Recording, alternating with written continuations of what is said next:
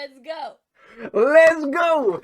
Hello, one and all, and welcome to a very special one-shot here on the Hidden Realms channel. I am your GM, Joshua McGregor, and I'm joined here by a group of wonderful people. Say hello, wonderful people! Hello, wonderful people! Without further ado, guys, we're doing a level 20 one-shot here. This is a special one insofar as it ties into the campaign that we are doing in Seeking the Hidden Realms, tangentially. However, you don't need to worry about any of that to understand what's going on here. Yeah. We are doing a level 20 game, which is the final battle, essentially, between the astral forces of the Gith, both Githyanki and Githzerai, and the final iteration on the life forms known as Mind Flayers or Illithids, a creation that is a merging of an elder brain and an elder oblex called the Cerebroblex, who will be played by our magnificent Kieran. Kieran, can you introduce yourself, your pronouns, and who you are playing and your pronouns, if you'd be so kind? Yeah, so I'm Kieran. I use he, him pronouns. I will be playing Gymnopus, which is an it. Then there's Dendro 1, he, him. Dendro 2, he, him. Dendro... I won't go on. So very, very cool, and crucially, Kieran has a stat block, homebrew stat block. Yeah. That he will be playing, and he is arch enemy, essentially. The rest of us, including me, I have a PC in this as well, are going to be level 20 characters trying to kill Kieran. I'm so scared. Who knows how this is gonna go? I don't know how to balance encounters at 20th level, and I don't know a person who does. So why don't we just go around and introduce ourselves and our characters' names, and then we will do a proper, like, character introduction. You know what? No. Let's start. We will start zoomed in on Gymnopus the Cerebroblex. And we will introduce everybody and their characters in a moment. You sit. A blockade of warships above you. You sit within the pathogen, your starship. Mm-hmm. A previous version of you took this ship. And one by one, through ceremorphosis, slipping a tadpole into the eyes of the dwarven crew, as they floated through space, transformed them into mind flayers, and took control of the vessel, and it became your hive. That's right. This same ship birthed the Oblex that one day would merge with the Elder Brain, at the expense of all Illithid life. This same ship has carried you past countless stars through realms of dreaming and unconsciousness, fleeing this foe who have eradicated those species from which you hail. You are the last and only of your kind. That's right. The last one. The last one. Most powerful of your kind. 100%. This moment is crucial. The blockade sits above you. The remnants of an age-old enemy, an enemy older than age. Eons of warfare have led to this moment. You only need a little more. Just a little more experience. Just a few more powerful bodies assimilated into your form, and no one will be able to touch you. Nobody will be able to threaten your existence, and that's what it's all about. Survival. Yeah. And you have made the choice to face this enemy. That's right. I've spent too long now, far too long running. This ends today. One way or the other. One way or the other. The stakes could not be higher for you. If you are successful here, you will have defeated this eons old enemy. Yeah. And if you fail, you will die. I will die. And nothing then it's will all come over. after you. Thank God. Yeah, can we get just a little description for anybody who's just watching the one shot, what exactly the Cerebroblex looks like, feels like? Yeah, sure. So feels like horrible goo. That's what I was hoping to get out of that. It's a massive amalgamation of resembling the shape of a large gooey brain. 1 or 2 or 100 tendrils reaching out of it into all corners of the ship, all of them connected to bodies that I've created to carry out actions for me, not do my bidding because they're extensions of myself. Exactly. It's tools to help me reach hard places. Yeah. Basically. Yeah. It's like having 100 hands. That's right. It's like having 100 hands that can't say no.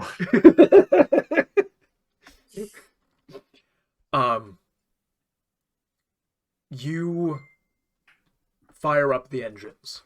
Yeah. Probably for the last time. And your power source thrums. You have used the Gamathian orb many times. And still a vast sum of power is contained. Oh, there's loads of power there. Loads of power in there. Loads of power in there. More power than certainly than you've ever seen. Yeah. And because of all the memories you've absorbed, you know more power than most, if not all, people have seen. The ship... Baby's got juice. Baby's got juice. The ship thrums to life. The sturdy dwarven architecture, still holding valiantly together, shakes and thrums. And your ship rises from the trees of Ippia, the planet where you reside, and up towards the stars, where our party awaits. I think we have to start with Daisy. I think we gotta. Daisy, can you introduce yourself, your pronouns, your character, and their pronouns, please? Yes, of course. My name is Daisy. She, her pronouns, and I am playing Darius, a male Gith Yankee, he, him pronouns, and he is buff. That's him. That's standing him. there like single brain cell. Incredible. Well, I had a moment where I could just eat a little chocolate, and I did not. No food for you. Mukbang stream. Mukbang stream. You stand in the on the bridge of the Githyanki flagship. You who are perhaps the greatest Githyanki warrior of this age. Your psionic abilities are unrivaled by your peers, and the Githyanki are much diminished, it must be said.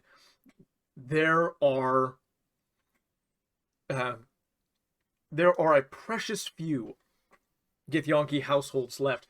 That said, those that remain are the strongest that they have ever been. and a telekinetic such as yourself has perhaps never before been seen. And your opinions are therefore very, very highly sought after when it pertains to combat in the battlefield. The captain of the Githyanki flagship, the greatest remaining warship that the Githyanki possess, hovering in space above the planet of Ipia, the Captain Zinlei, the female Githyanki captain,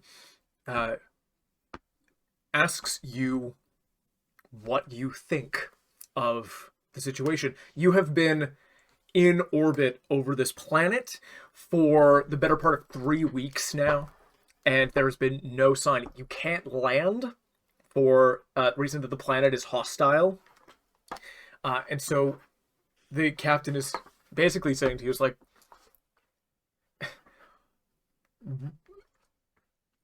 I would love an opinion here. We have a siege situation essentially, but I don't see this thing starving necessarily. Short of planetary bombardment, do we have any other options, do you think? I've made the most uncharismatic character ever that doesn't like talking. It's like, yeah, great opinion of the battlefield. Yeah, he's just saying it like. She gives you a little look. Just gonna roll an insight check. He's just like single brain stuff. No, I'm joking. Just kind of being a chunky boy.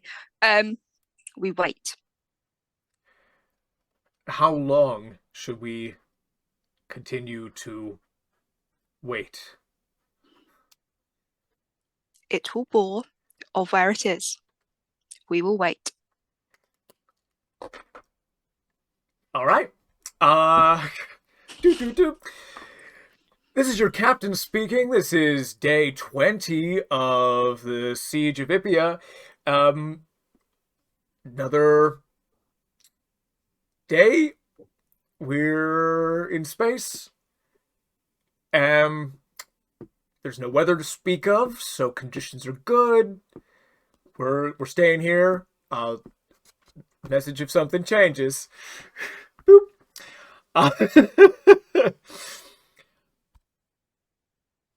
Have you conferred and created a battle plan with Mirah and Vrez Alduth?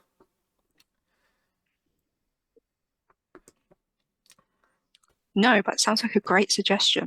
If this thing does bore where it's, living and comes for us, maybe you guys should have a joint plan of some description.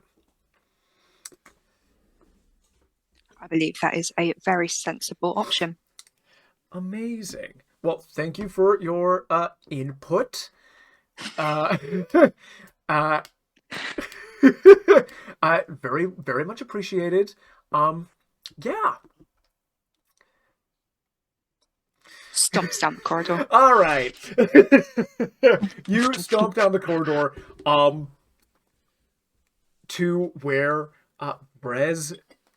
Who do you want to go for in this moment? Because these two do not necessarily spend time in the same area of the flagship. Brez is Githyanki, but nobility and a bit arrogant. And Mirah is Githzerai, so there's all kinds of stuff there.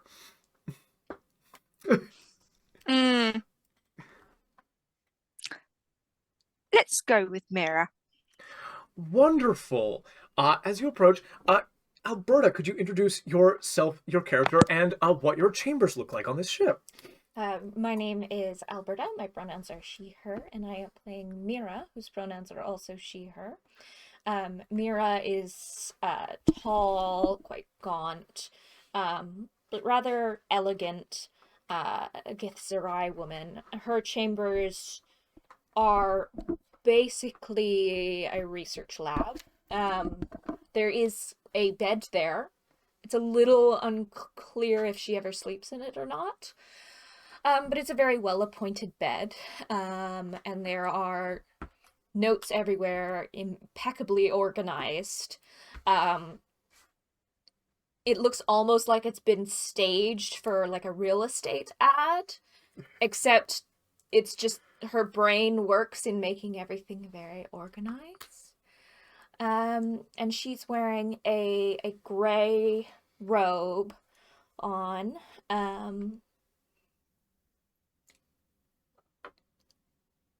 Hello?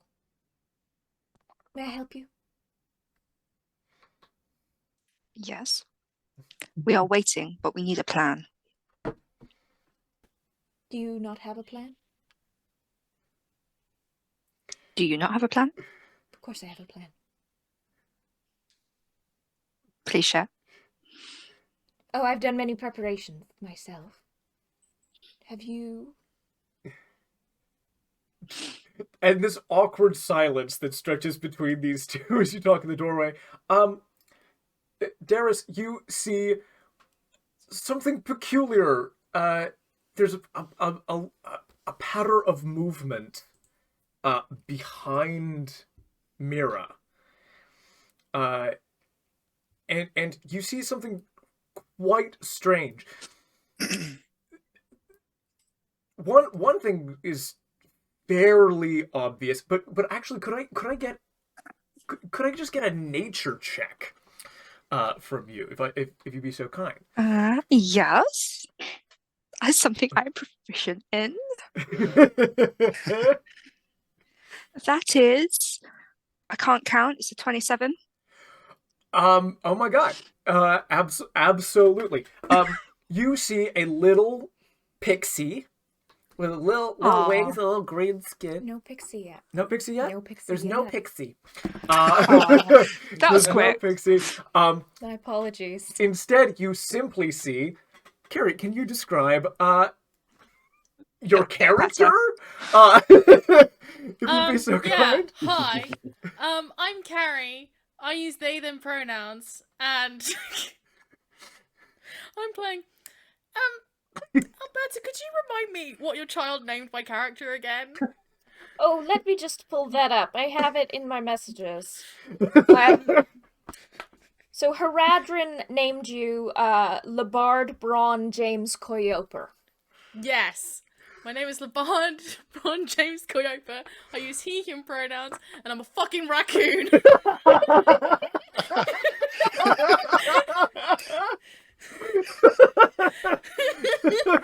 but not just any raccoon. Oh my Because god. You have certain possessions. Oh yeah, because Mirah's child likes playing dress up with Labard. So Labard is currently wearing this little this luxurious purple cape with like beautiful gold embroidery or trimmings, and also at this point has like, you know, in cartoons they have that little like bit of wood and then like a little like sack, like they're about to go on a journey. Yeah. That bit of wood is currently like tied to Labard's back, and it looks just like a little sack on the end. But it's just a raccoon.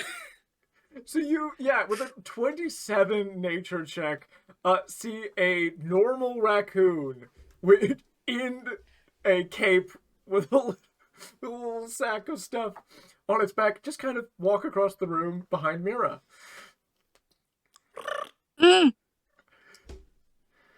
Mirah's doesn't appear phased. Not even responding. And Labard has just gone up to the bed to snooze. So, I mean, I had a plan myself. For me. And it would benefit others.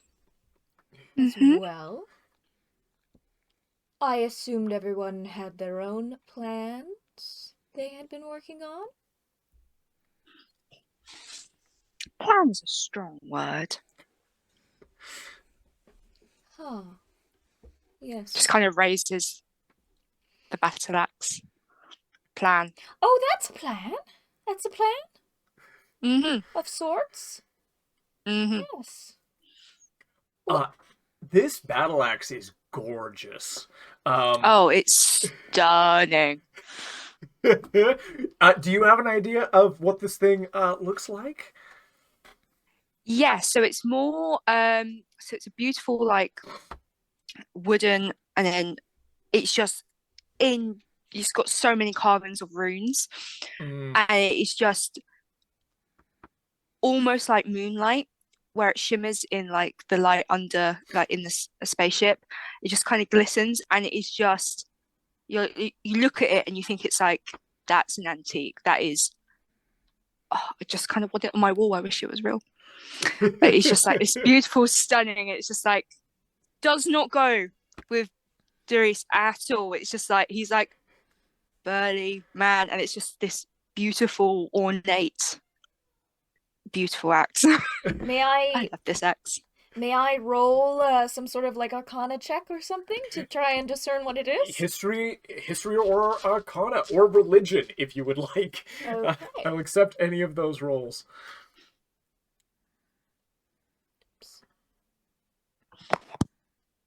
Let's do the Arcana. Beautiful. 29.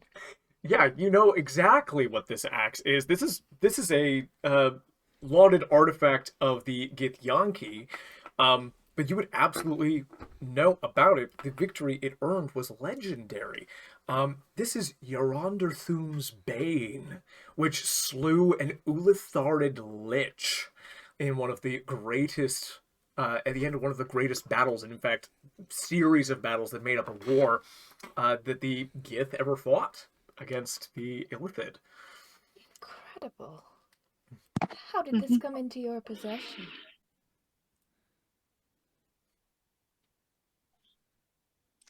It's for you to find out. Looking forward to it. Mirah, you know that Brez Alduth has gone down to meet the mercenary bunch. You don't know how that's gonna go. The ones who are helping in the fight, who are not Gith. We have some mercenaries we've hired. Perhaps we could meet up with them. It's a sensible plan. She turns around, gathers up a few things, and goes, Labard? Yes, we're going to And then downstairs. Labard like climbs up onto your shoulder. It's quite, because raccoons are quite large, and she's she's very tall, but she's very skinny. So it looks like, it almost looks like she's an Edwardian woman who's like wearing too many furs. I just look like a scarf. She picks up a silvered quarterstaff. She's got sort of like shaved sides of her head, and then like a floppy kind of mohawk thing in sort of like gray brown hair. She looks fairly young for Githzerai. She's got sort of yellow, brown, green skin. It's sort of a mixture, pale, with very clear blue eyes, light blue, almost no color, light blue, but almost as if like pale blue topaz, like pale, barely any color, with little bits of imperfections of darker specks in it. And she sort of sweeps around, her gray robe sweeping across the floor, and she goes, "Well, shall we head down?" I think we shall. All Kind right. of just moves out of the doorway to let you go first. Thank you. And as we head down, I will be like, "So what do you think of temporary hit points?" And And conversation is made. down several levels, docking. Basically, yes, coming into dock in the flagship. We've got a ship in which we'll say that both Antonio and Neil's characters are. Who wants to go first, introducing their character? After you, Neil. So just before sort of walking through the door, there's a smell that's sort of on the that sort of started lingering, and you're going, is it someone? And then as the sort of doors open, there is a small, extremely athletic goblin that's wearing this incredibly ornate cloak that's got these vines of sort of magic that sort of flow through it, and that you can see that it just looks absolutely beautiful. Apart from those vines, they actually look like they're vines of shit that are actually flowing through the sort of the fabric of the actual cloak. And there's a kind of sort of stench around him. He's got his teeth are there, half his teeth are missing. Some of them are brown. They sort of got very sort of brown dribble around his cheeks. Fucking disgusting. Yeah, I haven't finished yet. In his throat, there is where you can see that it's actually sort of grown over with some sort of necrosis. This little sort of glass tube that sits in his throat. And then inside that sort of glass tube, glowing with this sort of massive amount of magic, is this incredibly depressed-looking fairy that sort of just absolutely looks completely fed up. But this glass tube is actually embedded in his throat, and as you see, and as he sort of breathes, the actual tube sort of glows and sort of darkens and glows with his breath. And then strapped sort of around his neck are this sort of wooden, again, very ornate, very, very incredibly magic, a aura of magic.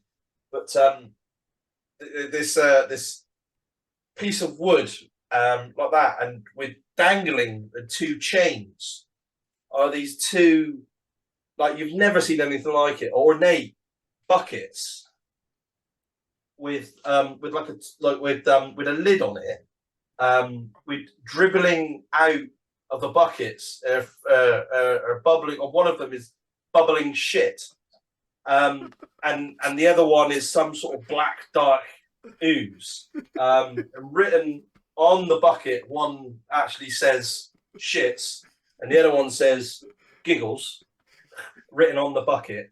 And he sort of comes in holding like that, kind of goes, "Hey, someone's been looking to hire me. We've got something to do. I have no idea what it is, but just point me in the direction, and shits and giggles will deal with it. Is that all right?" Before you stand two tall, lean Githzerai, one of whom is in sort of like an officer's uniform, a little bit gilded, but like kind of in a Star Trek-y style. Yeah. And the other is wearing sort of has a very like noble bearing, a little bit older. Skin is starting to show a couple of blotches of age, but wearing sort of like a more of a monk's gi kind of thing. Bare feet, a circlet of silver around his head with an amethyst lodestone set into it. And a particularly impressive belt around his middle. Clearly, not ordinary scales have gone into the construction of this belt. Some kind of being of great power was killed in the making of this belt, and has just an aura of authority and sort of that like ripple, like where you can almost see the ki running through his veins.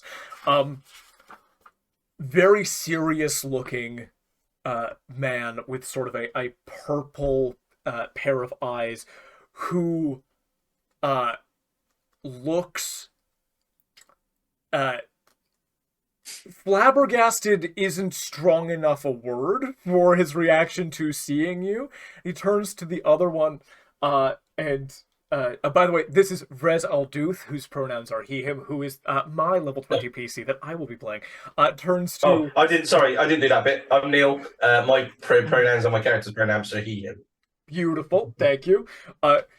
Turns to the first mate here, and goes to whisper something that you... no, doesn't care. Just says in a voice, yeah, clearly where it's like, doesn't care if he insults you or not. We have stooped so low as to hire buffoons to join us. This person does not seem... This is a joke. Clearly, this is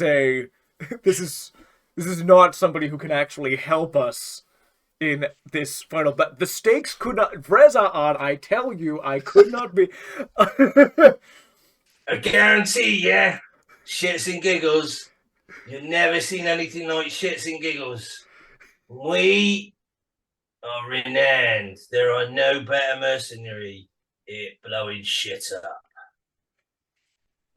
And as Rose turns his attention back to you, coming from behind you down the gangplank from your ship, Antonio, would you like to introduce your character?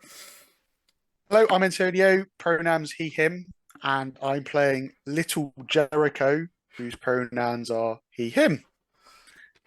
Walking down from the gangplank is this small, draconic humanoid kobold.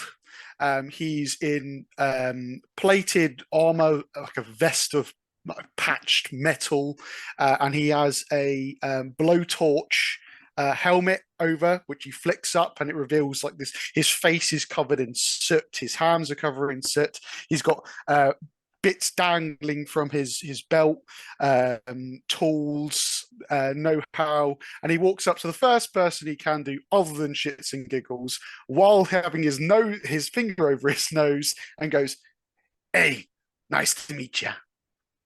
Vrez Alduth does not deign to shake your hand. And okay, tough crowd. This first mate comes over and shakes your hand. Thanks. I'm really sorry. I forgot to turn the shit off. And he goes to the bucket with the shit flowing out of it, and he winds up on a little handle like that, and a kind of sort of it starts whirling round like a whirl machine, and then sort of the smell sort of dissipates, and you get a kind of sort of sweet yeasty smell. Almost smelling like sort of beer now. And I go, sorry, man, I always forget I'm a bit immune to the smell. So just like sorry. I'd say I kind of get used to it, but no. Yeah, most people don't really, but you know, it's all good. The first mate gags a little bit, but will come and like shakes both of your hands, and basically says, "I was the one who reached out to you. You're here sort of on my request. Your fame and renown are widespread in this galaxy, and we really need all the help we can get. So, yes, thank you so much, Little Jericho, and shits and giggles for being here in our time of day. We are in an extinction level event, yeah? This is an extinction level event. Yes. That's right. I'm done with like all the crap stuff, and I've killed a few gods, so I'm not interested in killing anything shit. Perfect man for the job. Right. Good. Puns are great. We all love them.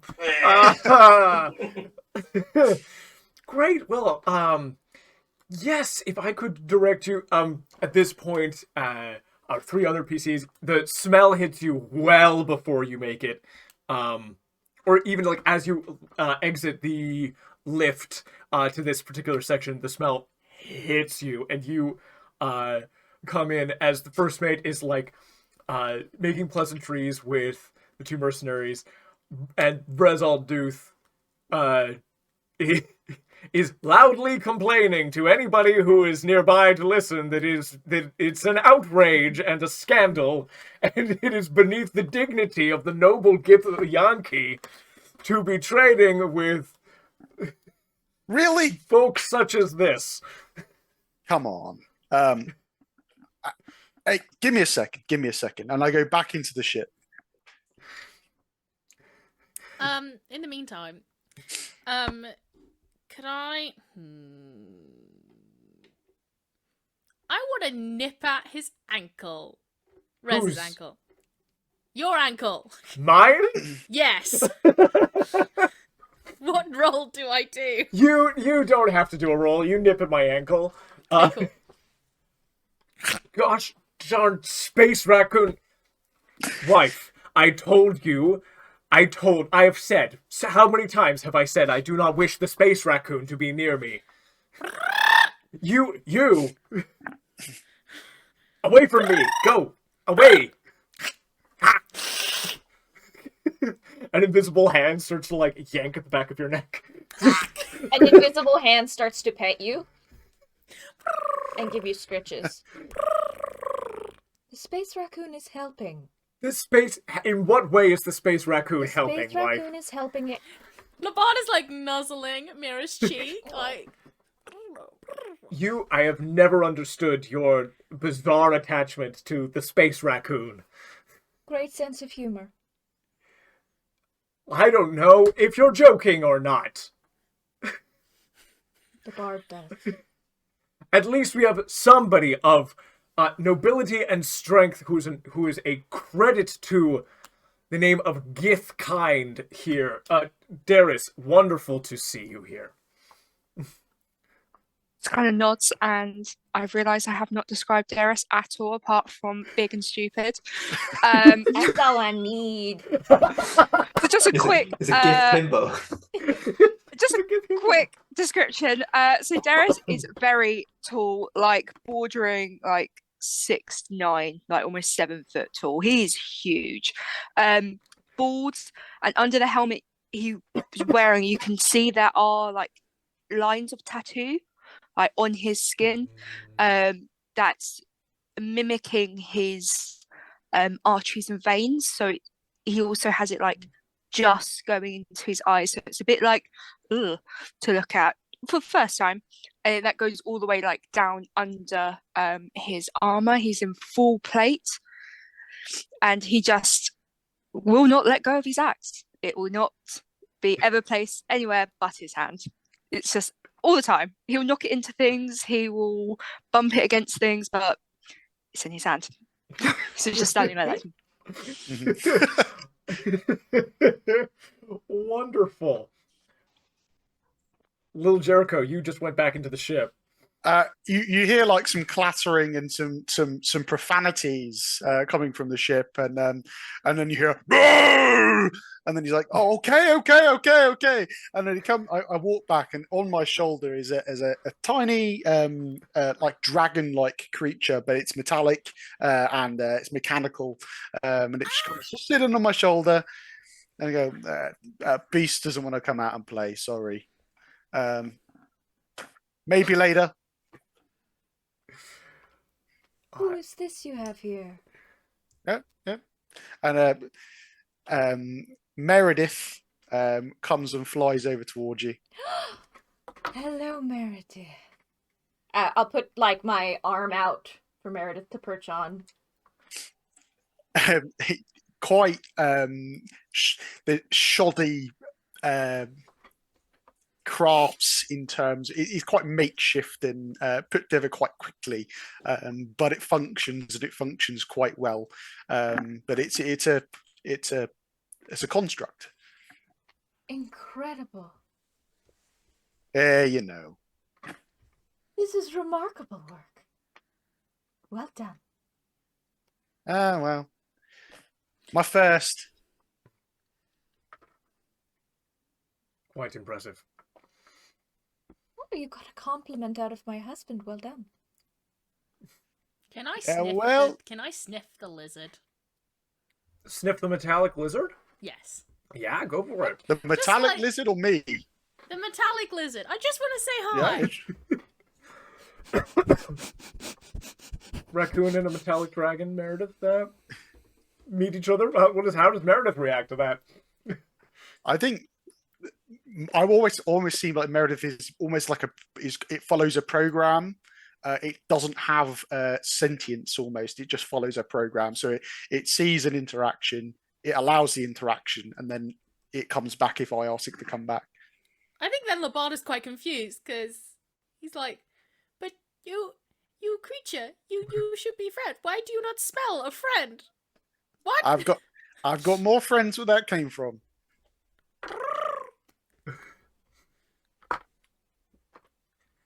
As everybody meets here.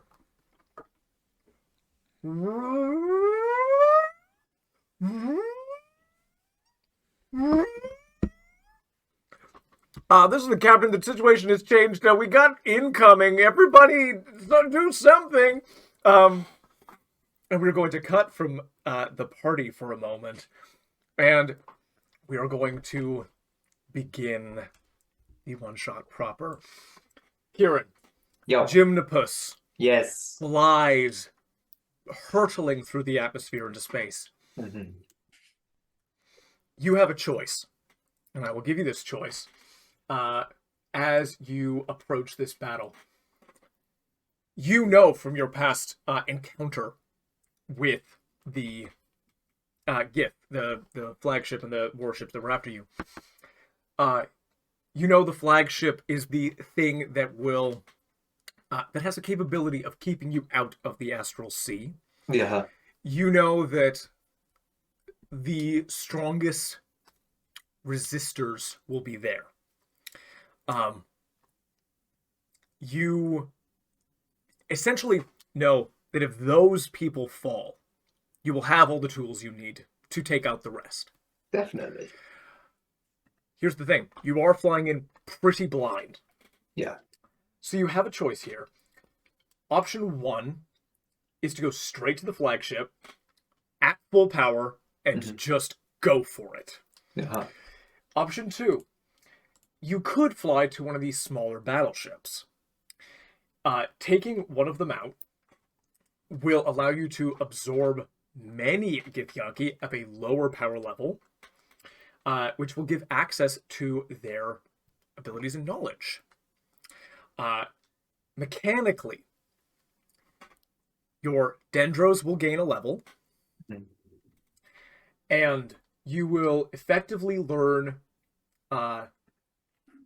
all of our characters and what our classes are. Okay. Though not including to a certain degree what magic items you can expect to be facing. However, this will cost you 1/3 of your resources, including hit points, legendary resistances, and number of Dendros. Yeah. So it is up to you, as you sort of approach, where do you head as you come towards this battle? Well, it's a good question, Josh. Because the head of the snake is right there. It's right there. It's right there. But then there's also a little midsection of snake. Hmm.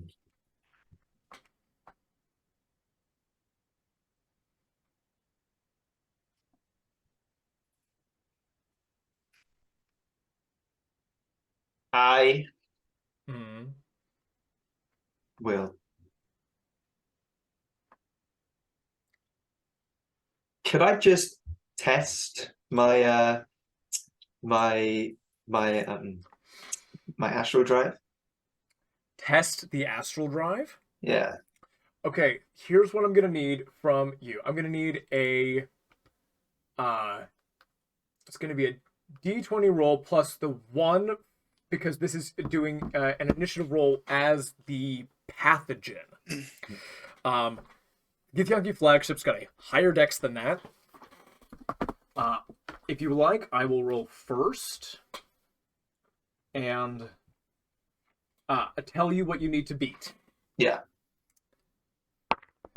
They got a +4 to this roll. I rolled an 18. Okay. So you need a natural 20 if you want to go before that. Yeah. Okay. Go ahead, roll. I'm gonna roll it. Come on, baby. Take all the other First dice contested roll of the one shot. Here we go. Give me a 20. Be kind.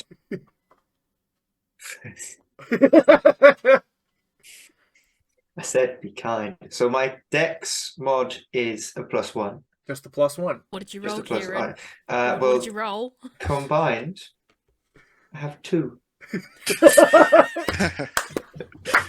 guys, he's getting the bad rolls out of the way. He's getting the bad rolls out of the way. On the deck of the ship, Zinlei gives the order for the on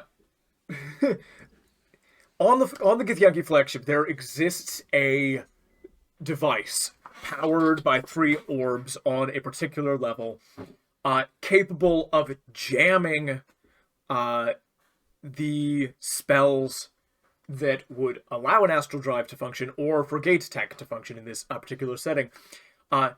This is known, as it could only be known, as the spell jammer. The spell jammer. Zinlei ramps, spins up the spell jammer, and a magic nullifying area of effect appears near instantaneously around that flagship. You test the astral drive. Go ahead and mark off the you don't need to mark them off. I will do that for you if you like. Minus 10,000 arcane units. Yeah. As you try to force your way into the astral sea, the astral drive, even with that amount of power coursing through it, does not function. Doesn't work. There You are goes that trapped plan. in reality. Oh, that wasn't a plan to run. No. You ever seen the ending to Rogue One? Is it Rogue One?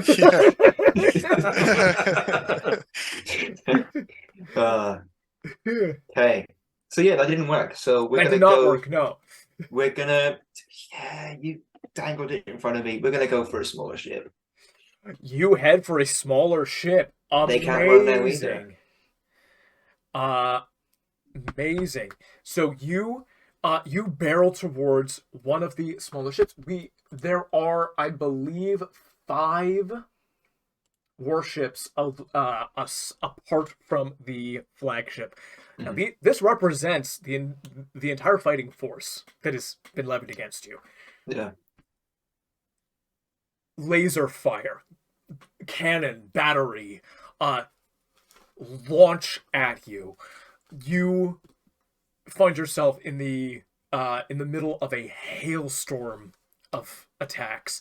Your ship starts to be torn to pieces as you head towards this smaller warship. In what manner do you approach? In what manner? In what manner? In a hurried manner? My plan is to just. What is their size compared to mine? Their ship is a little bit bigger than your ship. That's good, because that means that I can just smash my own entrance I love this. You smash into that ship. The party. You smash into that ship. Chaos, confusion, entire decks destroyed as your ship collides with theirs, bludgeoning through their shields. Screams and cries of pain and rage, smoke and ash and debris billow from the spot, and from the entrance of your ship, what emerges to face the ranks of Githyanki? I see it as a big gate door lowers down.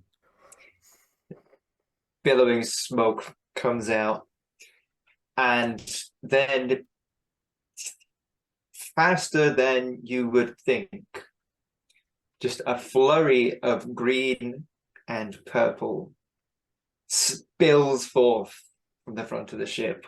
Just an acrobatic wonder as all of these little frogs just shoot out of the ship and start attacking anything in sight. We cut back to the party. Where do you guys feel it is appropriate for you to go as the sirens begin to sound, and the captain informs you that the pathogen is incoming? You are in sort of a cargo area. If you wanted to deploy to other ships, you would be welcome to do so from here. If you wish to influence what the flagship does, going to the bridge of the ship would be the wisest option.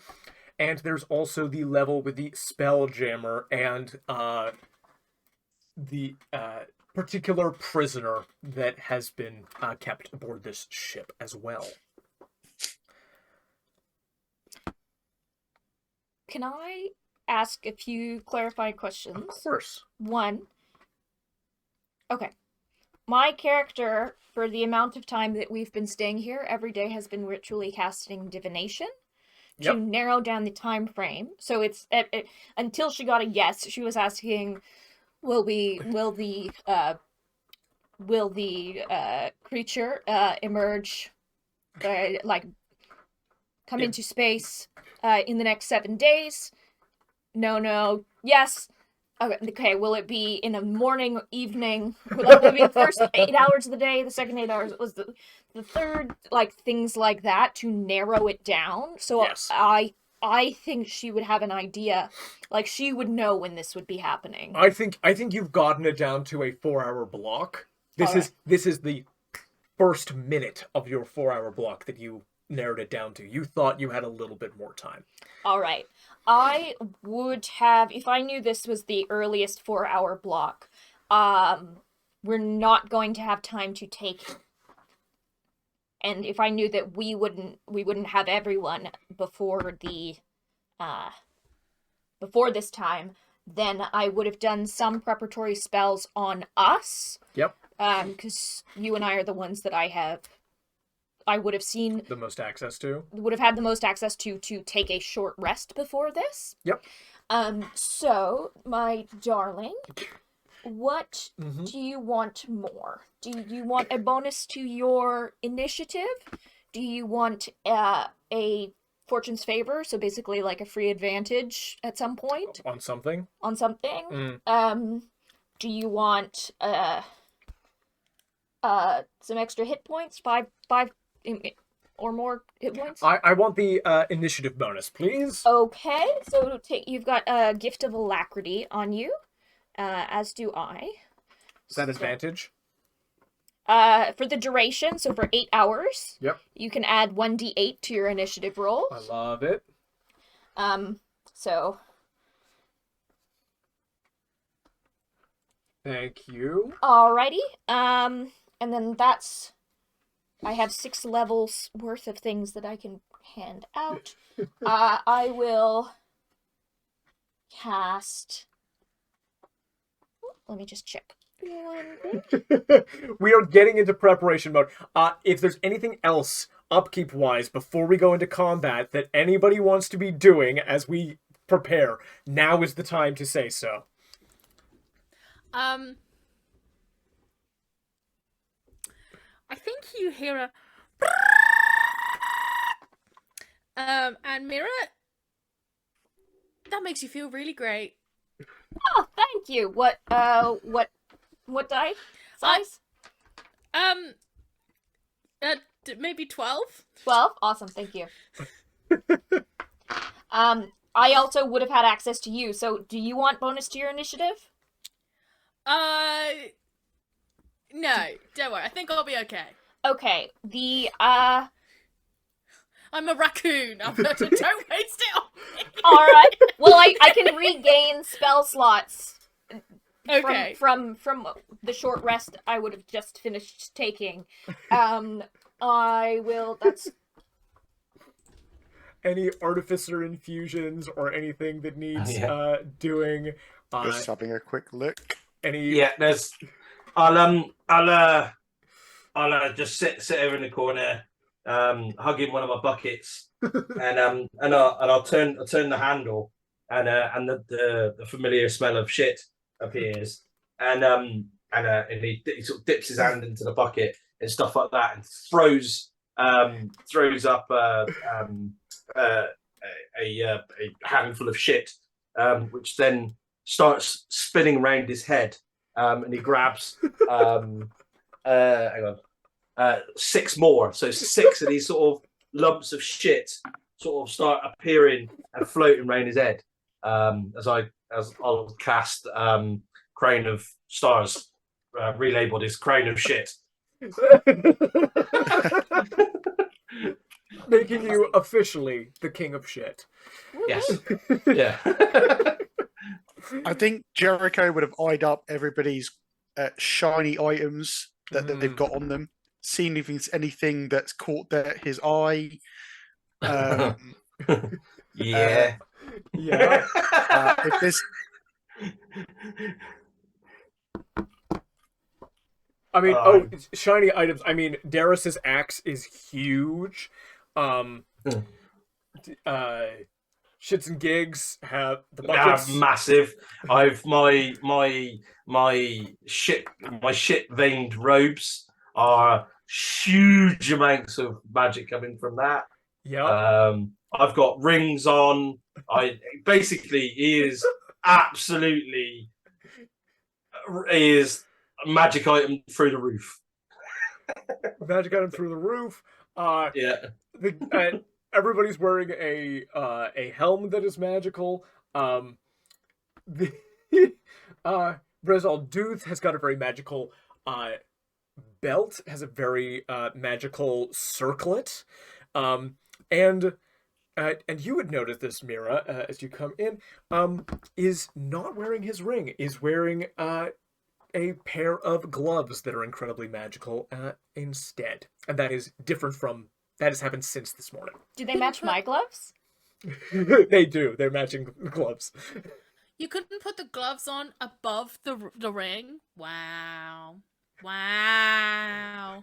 I look at the space raccoon. That's Carrie. Yeah. Not a raccoon. No, took off the ring. Oh. I'm sorry, Daisy, what was your character's name? What, Darius? Hey,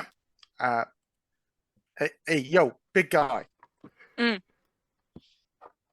Come here for a second. Come. And I get out some tools, and there's like a glint in his eye, and he puts on his thinking cap, licks his tongue with his finger, and then puts his helm down over his face, and then he gets almost like a blowtorch out, and then lights it up with a fireball, and he goes, "Let's make it a bit better. Come on."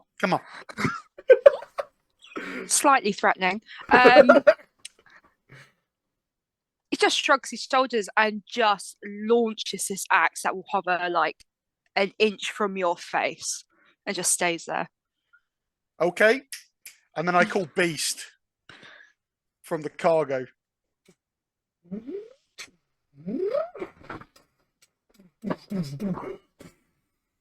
Coming out from the cargo, a 10-foot tall, rounded, squat, almost dwarven in proportions, slightly looking like a beetle, made of a beautiful dark alloy that you cannot place, is what looks like just the most, just wicked bruiser arcanotech machine. Like, of a size that somebody dwarven size or smaller could get inside of it. No discernible facial features, just like a rounded dome. Makes the ship sort of like shake a little bit as it stomps forward. Comes to your side. And then on his back is these two like dragon wings that kind of form around his shoulders as well. Mm. And I go, I mean no harm. I just want to do something to your armor. It's good, I promise. I mean, I can do stuff like this. Okay. Is your We armor cause magical acts. before I start? No. No. Okay. Don't worry about that. I will sort that out for you. I'm going to, using the blowtorch, I'm going to infuse and cast Enhanced Defense, which gives a +2 bonus to your AC. Ooh. Thanks, Matchley. We love to see it. I'll also reach into the same bucket and reach out into a pile of shit, and the pile of shit burns, starts burning, and then he'll just sort of rub it all over his face, and as a fire shield appears around him. Oh, incredible! Burning shit. Amazing. Yeah, we love to see it.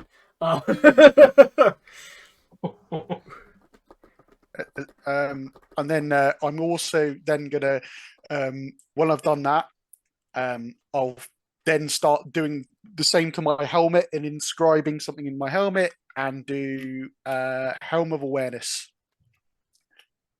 Amazing. Remind me what that does? It's creature has advantage on initiative rolls, and I can't be surprised. Glorious. Any additional spells that you are handing out, Mirah? Yes. So, Carrie, I am giving you, just because I had a rogue first level spell slot left. Rogue as in just flying around. You just take 1d8 to add to your initiative. And Josh, Carrie, and I, our hit point maximum goes up by 20, and we gain that many hit points. So whatever your hit point max is 20 more, and you can be, if you lose those, you can heal up to them. It's not like temp hit points. And then I arcane recovered and got those spell slots back. Glorious. I am also going to do Crown of Stars. Let me just... But it's actual stars. What are you trying to say? She looks so excited when she sees that you've cast this spell. Oh! And she does it. Me too. Yeah. Yeah, I like it. It's useful. I'll be right back. Labard, could you come with me? I feel like at this point Labard's not on the floor and he just tippity taps. Just like It's gravelly feet. Yeah. Wonderful. I'm going into another area. I am switching around some stuff. Yep. I'm finding like a big area to go. Yeah. Switching around some stuff. And when she comes back, she's dressed a little differently. She's not wearing her robe. She's got a book on her, an amulet on her, a gem she's holding, as well as her circlet. she doesn't have gloves on anymore. It seems like a sprite that she's summoned or something, who is now riding on the back of Labard, who looks like a weird, like, astral sprite, is wearing the gloves, and maybe also the robe, and a breastplate, clearly a magical breastplate. Yeah, gloves, robe, breastplate, and the sprite has a little stone just up on her head. And you know what? Actually, the sprite will have crown of stars. So, Mirah will come in. She won't have the crown of stars. I take it back. Yes, she didn't cast that on herself. Then Sprite has the crown of stars. She comes back, and has this sort of like, it looks like nothing can hit her. It just looks like nothing can really hurt her. That's what it looks like? Yeah, she took the water off a duck's back. All right, everyone, this is Mirah, gesturing to the sprite, which she seems to have named also her name. And Mirah will be helping us. And then Mirah goes, yes, I'll be helping you all today. Looking forward to working with you all. Yeah, I'll do the same thing. And the little the little prison that he's got in his throat that sort of moves when he speaks and when he breathes. He flicks the actual device. Goes, hey, it's time, and you see this this sprite, this depressed looking sprite that's got a sort of like this, and then casts Investure of Wind on me. Nice. Ooh. For my last 3 infusions, Josh, just to get them done quickly. Yeah, of course. I'm going to do Repulsion Shield on my shield I have. I'm then going to cast... where is it again?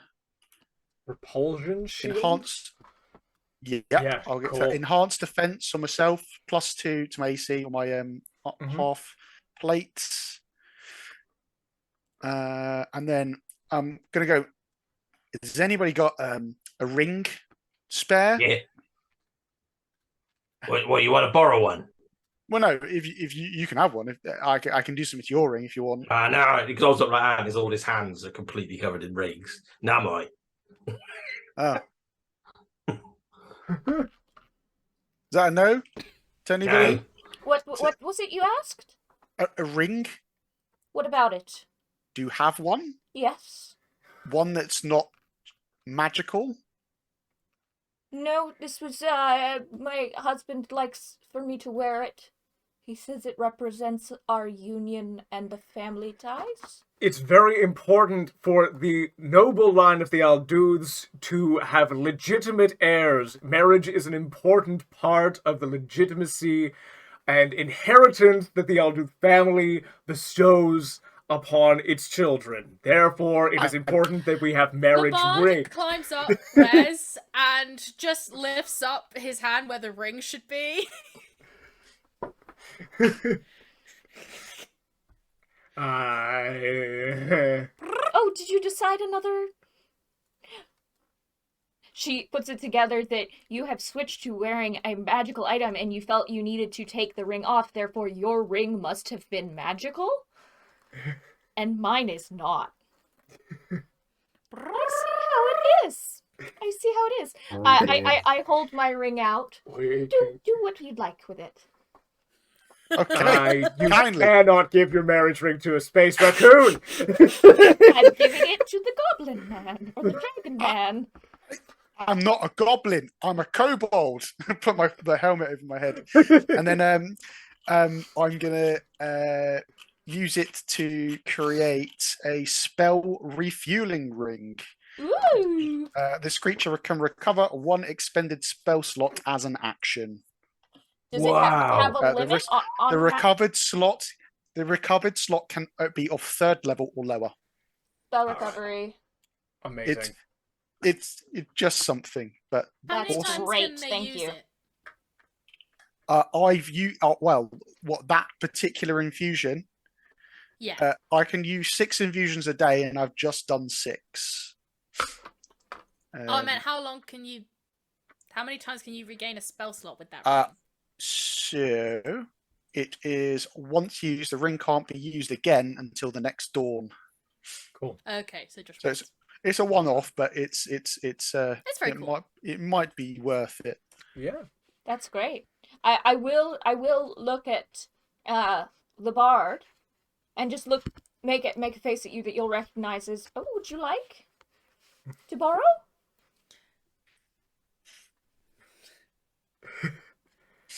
I'll keep it then. I just thought I'd check. And then I gesture towards my tail, being like, "Brrr." No. No. No.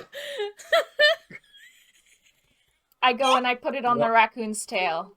I I'll prestidigitate it later. Thank you, little Jericho. We're on the eve of the battle. I can't be drawn into this now. Anyway, come on, and I start climbing onto Beast, and then I open up the hatch and I get in. The party make their way up to the bridge of the ship and see the displays. The last of the displays of the cameras internally on that warship go dead. And there is radio silence from that ship. The captain looks to all of you. Do you think it wise to open fire on the warship? I think it may be lost. We risk killing our own, but who knows if any of them remain alive. I mean, do I get a say or? Sure, I'll take it. Yeah, shoot it. All right, we start. The laser batteries resume. This strange sort of like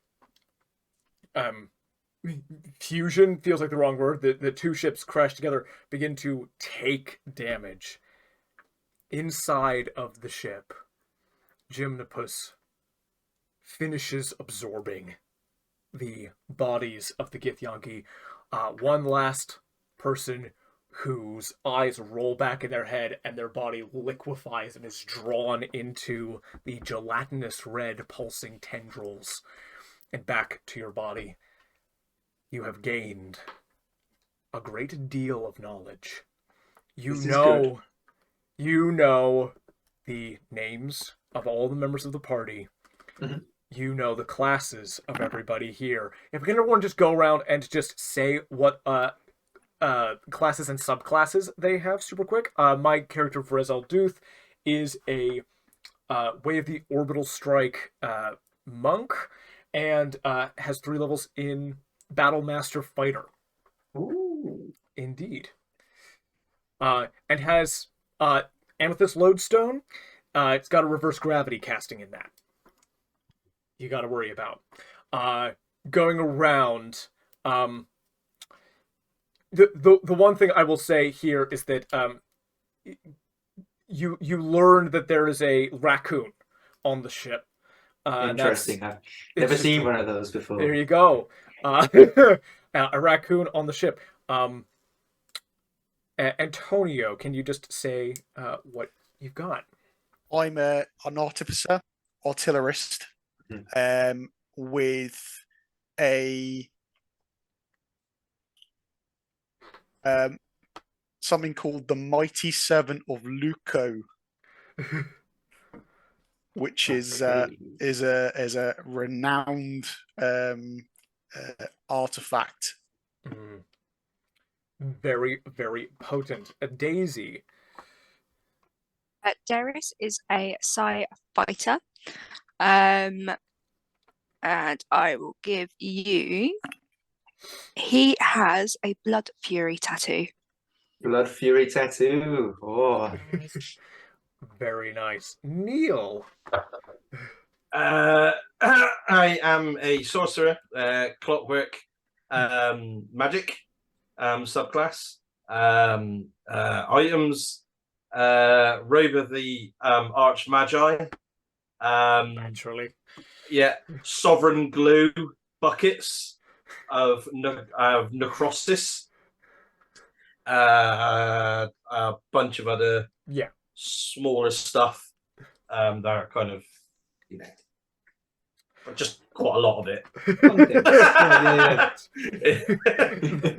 Oh, and a imprisoned ferry of concentration. Uh-huh.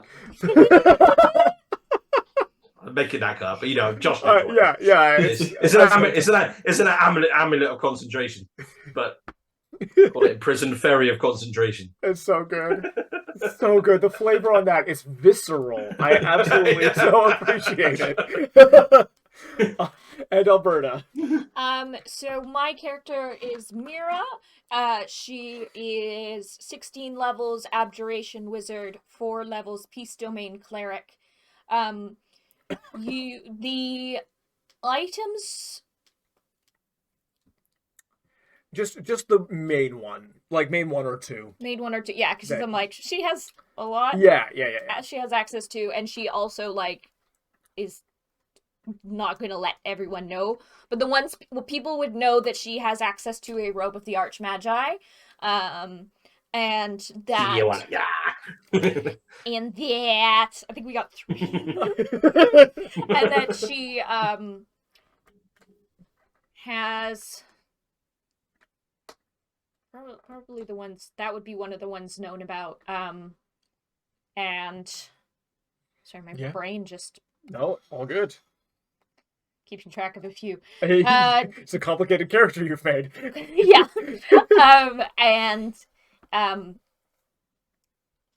It's probably known that she sometimes breaks out an Ioun stone of sorts, and seems to have something bumping her health, because she seems to be able to take more hits than the average spellcaster can. okay. Incredible. Amazing. Yeah. So with all of my D&D knowledge, I know what every single one of those things is.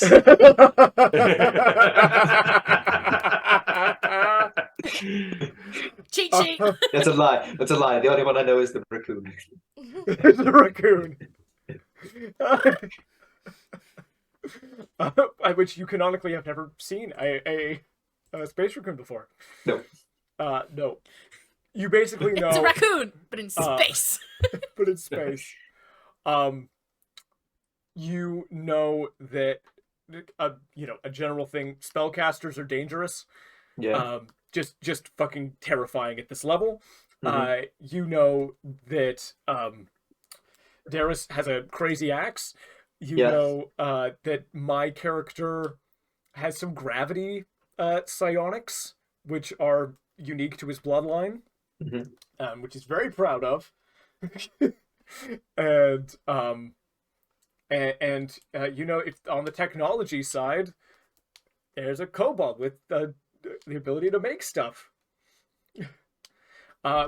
Wonderful. Your dendros have gained a level. Yeah.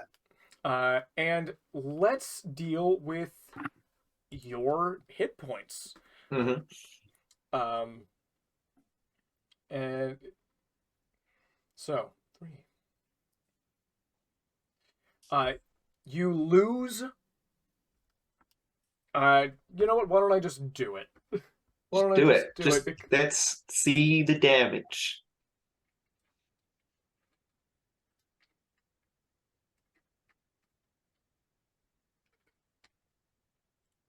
Okay. You are down a legendary resistance. Yeah. Where did I put this? And you will be down a third of your dendros. Third. That's Oh How many is that? Oh no! Oh, it was so sad. They already died. Yeah, it's fine. You, essentially the idea being that you lost a bunch of them and are now in the process of repopulating by the time. So you are inside these two ships that have collided. Good. The pathogen's shields start to fail. The shields of the ship you've crashed into are holding on a little bit more, but you realize what's happening. They are planning on just destroying the ship. They just want to shoot me, but I got all this extra metal. Got all this extra metal. What you gonna do with This it? extra metal. I'm going to send out from my available force. How many guns does this ship have? A good Because number of guns. every dendro is a gunner with the gunner skills. Oh shit, that's true. Yeah. So we're gonna man all the guns. Absolutely. And I want to, so I want to man all the guns.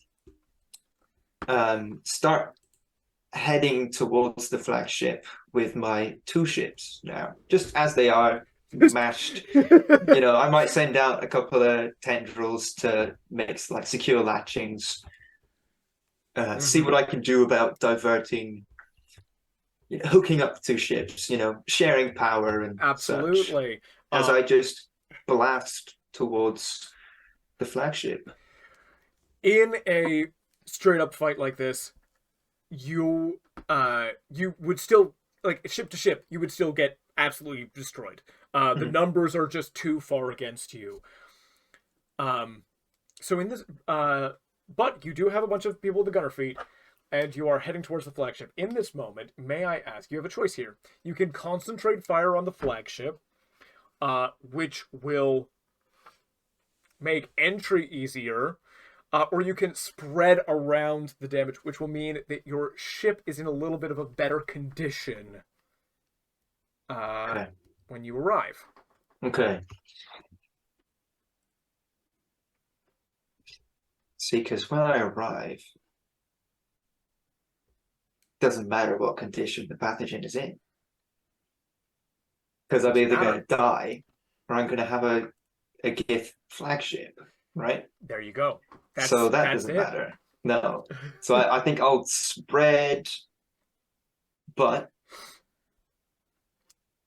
then again, I'm now two ships flying towards the flagship. You are rapidly losing pieces of those ships. Yeah, it might be a bit less mass. You're right. Yeah. Yeah. So I'm gonna focus fire on the flagship just to make sure I can punch a hole. You go to punch a hole. You know the exact layout of the ship. You know exactly where everything is, and you know that these people, for whatever reason, put that very particular prisoner of theirs on the same level as their spelljammer. Excellent. Is that where you're headed? Oh, that's where I'm headed. Yeah. I want to try and hit. I know the layout. So how far space is there between the prisoner and the spelljammer? Between the prisoner and the spelljammer? Yeah. It's like is that ship space between them? No, not ship space between them. There's maybe 50 feet between the two. Oh, okay. See, because I wanted to hit the spelljammer with the ship. You can absolutely. I don't want to hit the prisoner. I'm going to say your knowledge is good enough, and you have concentrated fire, so you're punching a hole that you can hit with that amount of accuracy. Yeah. Absolutely incredible. Ladies, gents, and all of our lovely friends, shall we go over to Albert?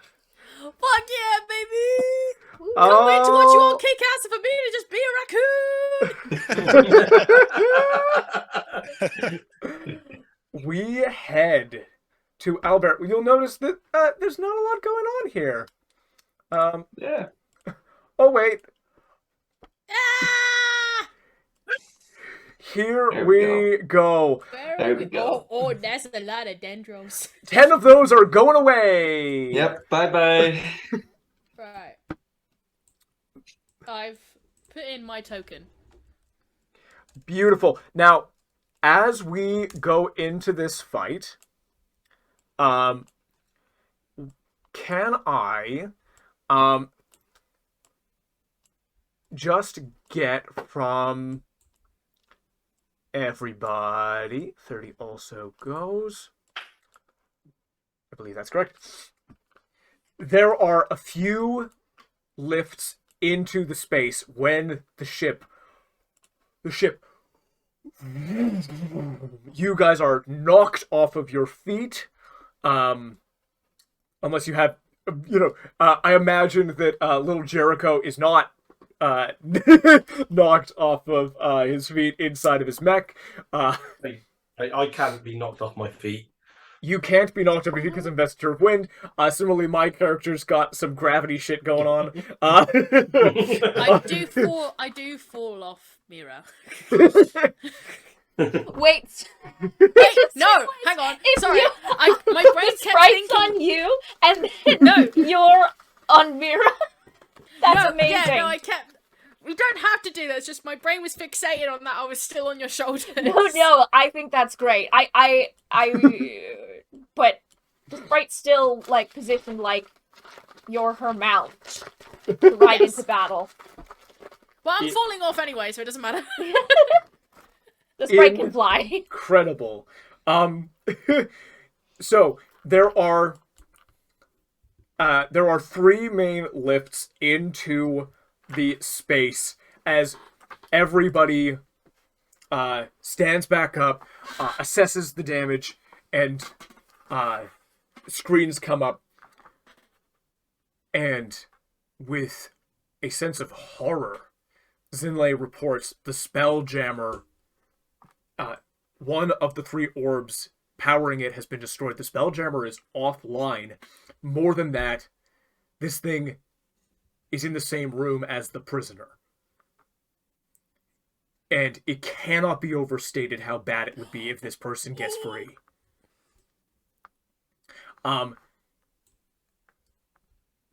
Do people think that they would go collectively to the northeast or west lift? And actually, you guys can put yourself near any of these basically like hatches. So you can the north one unfortunately is actually not functioning. So you can, or maybe you could punch it open. So basically, I'm gonna just show you any of these 3 spots are where you can choose to put your character as a starting position as we get into the fight. The northern one obviously will be the closest to the enemies. On the other 2, various distances and angles away from the enemies. I think I will stay at this one. Amazing. My character 2 is staying near that one.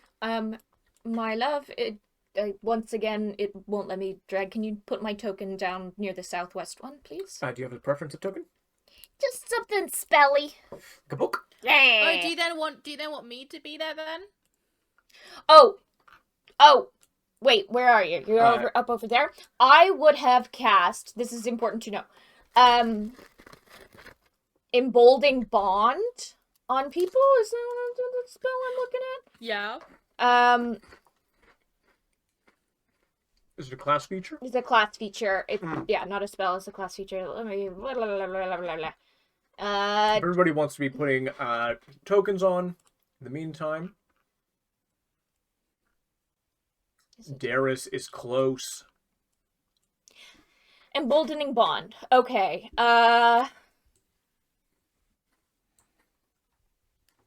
Every one of the allies, myself and the Sprite, have Emboldening Bond on them twice.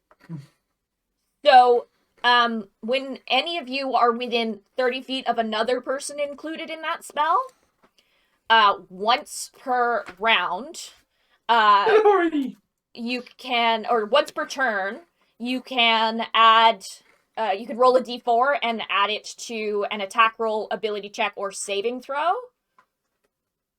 Each creature can add the d4 no more than once per turn. Should that be round, or is like, why are you making a saving throw on your turn? Oh no, there would be. reasons for that. Yeah. So on your turn, attack, ability, check, or save, you can roll a d4 and add it. But again, you get 2 of those per turn, and they can stack. So you could either split them up to do them with separate things, or you can stack them, but I'm going to copy the text of it and put it in the Facebook chat. Yeah. Cool beans. Beautiful. Do we have everybody? Oh. I've turned Beast into a mount, so you can just drag Beast. Awesome. Amazing. So, Sorry, Alberta, did you still want me to be near you? I want to be within 30 feet of you, so I will come through the same one as you. Yes, Okay. sorry. alrighty. So we've got 1, 2, 3, 4 members of the party. Coming out at that one there. We've got Darius coming out of the north one. Where is Shits and Gigs? Go down the bottom left. Gigs. The bottom left. Do you have a token, or shall I put you on there? Yeah, put me on there. Good. Lovely. I'll give you you have a Gobbo token. Yeah. Who's that thing on the top right?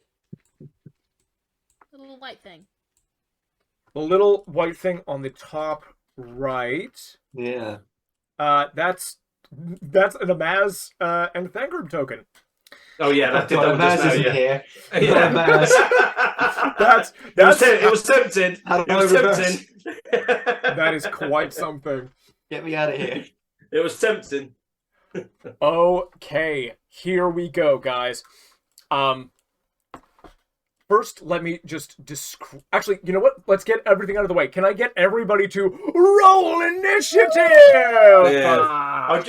Is it worth just taking a quick comfort break just before we start a battle? That's a great idea. If I could just get everybody's numbers first, and then we'll do a comfort break. But yes, everybody at home, tune in a few minutes after we have comfort break. Bye-bye. Bye. Hello and welcome back. And we are going to jump into battle. I am going to give you a little rundown of what exactly is in this room. So, you can see high vaulted ceiling, 50 feet up. In the center of the room, the chamber of which has gone dead, a 30-foot radius orb, whirling machinery around a rim, around its circumference. This was the Spelljammer, but however, one of the 3 orbs that power it has been destroyed by the entrance of the pathogen and the warship it crashed into. The other 2 orbs remain. These are powerful items and will potentially give a little bonus to anybody who uses an action to interact with them, friend or foe. So that is for the party, and that is also for the Cerebroblex.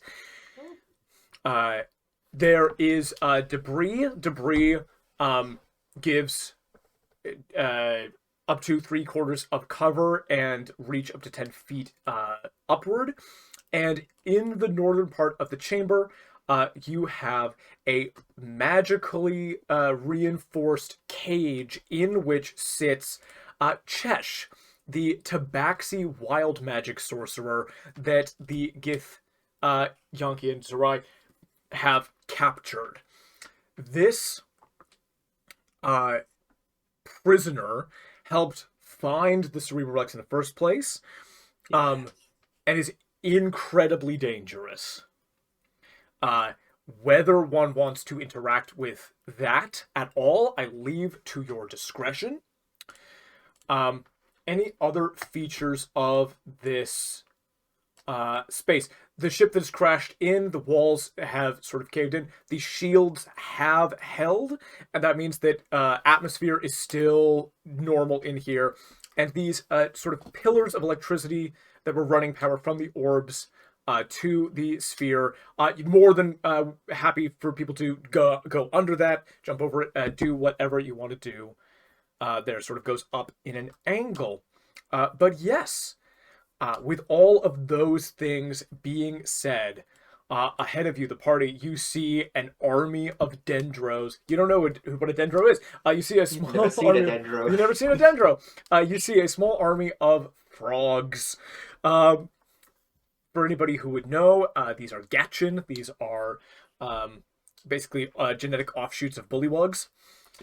And behind them, the writhing mass that is the Cerebroblex. I have one more choice to put your way, Kieran, before we jump into initiative. Okay. Have you put all 20 in front, or have you left one behind to remain on the pathogen for anything you might want to do on the ship? See, I forgot to. I was going to ask this, Josh. Yes. Can I do ship actions? You can choose to do ship actions. They will do nothing to the battle that you are in on the ground. The shields, etc. Like you can do them. I will not say you can't do them, but they just won't affect what's happening here. No, like firing laser turret. Firing laser turrets. They're pointed out of the ship, and they're outside. They're outside, exactly. Yeah. Oh god, you pose it in such a way that I'm worried I should leave a dendro on the pathogen. My real question is, where is your power core? Where is that Gamathian orb? Is that behind you in the ship, or have you brought it with you, or are you leaving somebody behind with it? And if you're just leaving it behind, or you can also choose not to leave anybody behind with it. Yeah, no, that's a good.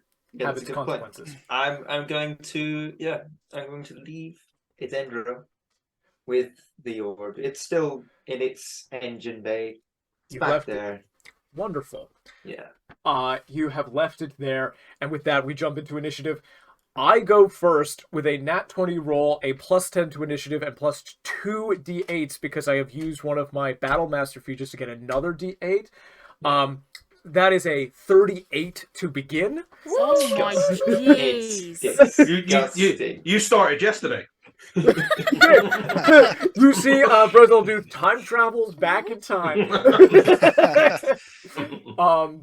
And I am going to take my character's turn. Resolduth has 70 feet of movement, 5, 10, 15, 20, 25, 30, 35, 40, 45, 50.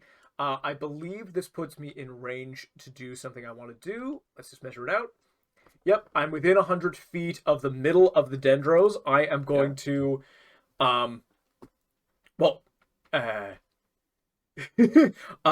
you see, Vrez Alduth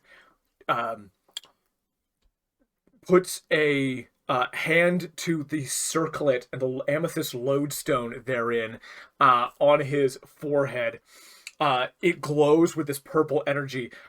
Purple graviturgical psionics rush through his body, and he emits, like the fire assassin from Avatar: The Last Airbender, a beam of energy from his forehead that hits the center of the dendros and explodes outward in a 50-foot radius, which I believe hits everybody in there. From the middle. Oh yeah. From the middle. I mean, you even hit Gymnopus. I even hit Gymnopus. So Yeah. basically the way the spell works, this is a reverse gravity spell using 3 charges of my amethyst lodestone. Oh man. A Go 50 big or foot go range. home. Go big or go home. I'm starting. Go big or die. Go big or die. All creatures and objects that aren't somehow anchored to the ground in the area fall upward when you cast the spell. If you would like to try to grab onto a fixed object you can reach to stay on the ground, you may make a dexterity saving throw to do so. Because of my Dragonhide belt, my key save DC is my monk save DC is actually 21. Yeah. So that I leave up to you. Do you let some of them fall? Do you try to stick to the ground? What do you do? Well, of course, we're going to try and stick to the ground. We don't want to be on the roof. We don't want to Incredible. fall up. Incredible. Changing the definition of raising the roof. Yes, falling towards the ceiling. You would take falling damage. Go ahead and make 21 or rather 20 because one of your dendros is behind you. Yes. Yeah. Make that number 18 here. He's into shit. Beautiful. If you could go ahead and make 20 saving throws. And Wants to help with that? Wants some saving throws for you? That's okay. What we're going to do, actually, is we're going to move on in initiative. Any who fail a DC 21 Dex save, holy hell! Good rolls. I got some good rolls here. Yeah. Are going to take 23 falling damage hitting the ceiling unless they reaction to slow fall. Okay. Right. Does that make sense? It does. And I also have evasion. So if I succeed, then I just... does evasion only work on if you take half damage? Yeah, On a quick success. It's for Dex to saves. take only half damage. Yeah. Yeah. So evasion will not apply here. No, okay. So saves. Dex saves. Dex saves.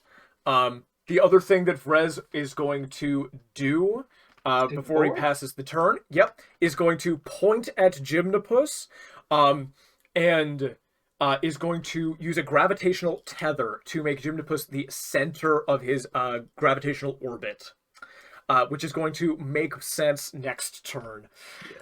Yeah. In terms of what that is,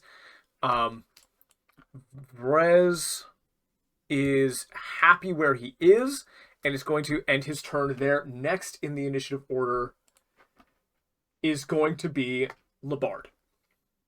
Okay. Just curiosity's sake, what is that pink electrified thing in front of us? Pink electrified thing was basically a siphon for the power from those orbs that you can see, those golden orbs through to the Spelljammer. They're the power source for the Spelljammer. Power is still flowing out of those orbs, but it's just not going towards anything because the functions have been disrupted. Okay. I'm going to move here, and I'm just going to triple check something. Yes. 3 9s. This is a roleplay thing, so Sorry, do not worry. I just rolled 3 9s on 3 d20s. That's That's incredible. Same roll. Sorry, continue. This is just a role-playing thing, so don't worry, Josh. I don't think, Mirah, you have to. I think, Antonio, you might need to make one. Josh, Mm-hmm. Can you both make perception checks? Yeah. My perception's not great, but I do have advantage. 16. 18. Okay, cool. So, Antonio? Oh, actually, Gymnopus, could you roll it one as well, please? What's this? Perception. Perception? 1 second.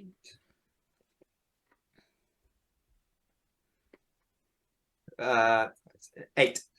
Okay, so you don't see anything. No. Vrez, what you see, and I'm gonna say, about here, is that you suddenly just see like a small, little, glowing orb, like teeny tiny. You see that right in front of Gymnopus. For some reason, he hasn't noticed it. And Antonio, what you've spotted is not the little ball, but there seems to be a small little glow that sort of came out of Labard's hand and then went back. Okay. Josh? Yeah. I cast Delayed Blast Fireball.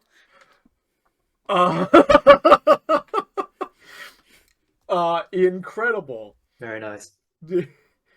I think Brez looks at Labard and a true sort of like anime flashback realization moment passes over him. And he like puts together all the clues, the way his wife would always treat this space raccoon, the way his son would play, the dress up, the Sorry. What? Sorry. That's all good. It'll come up. Yeah, sorry. No, all good. Incredible. These little moments, and just looks at Labard. Labard, Brez knows.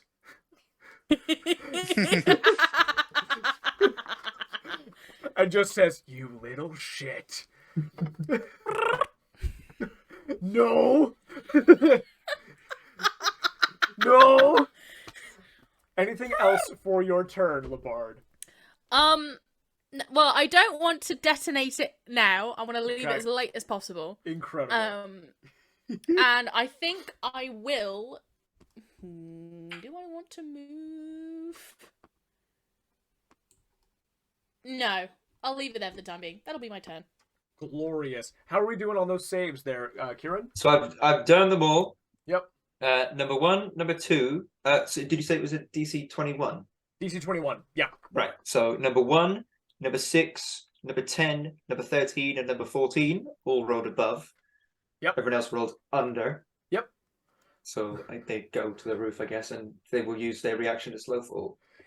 Incredible. So, which are the ones that are still on the ground? Still on the ground is numero 1 and 2.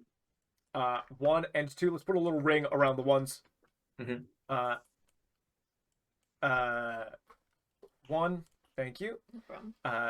Nope, that's no one's gonna see that. Nope. Maybe the light blue. Light blue. Yeah, 1 There you and go. 2. 6, 6. 10, 10. 13, and 14. 13 and 14. These are the ones that have managed to stay on the ground. The rest of them are 50 feet up on the ceiling. Yes. Incredible. Yeah. And how about Gymnopus? Oh, I didn't roll for Gymnopus. There'll be. It's gonna be. You gotta roll big, buddy. You gotta roll big. Gotta roll big. Extras. That is, as we like to say, cucked. Oh, we're rolling. I miss here one time.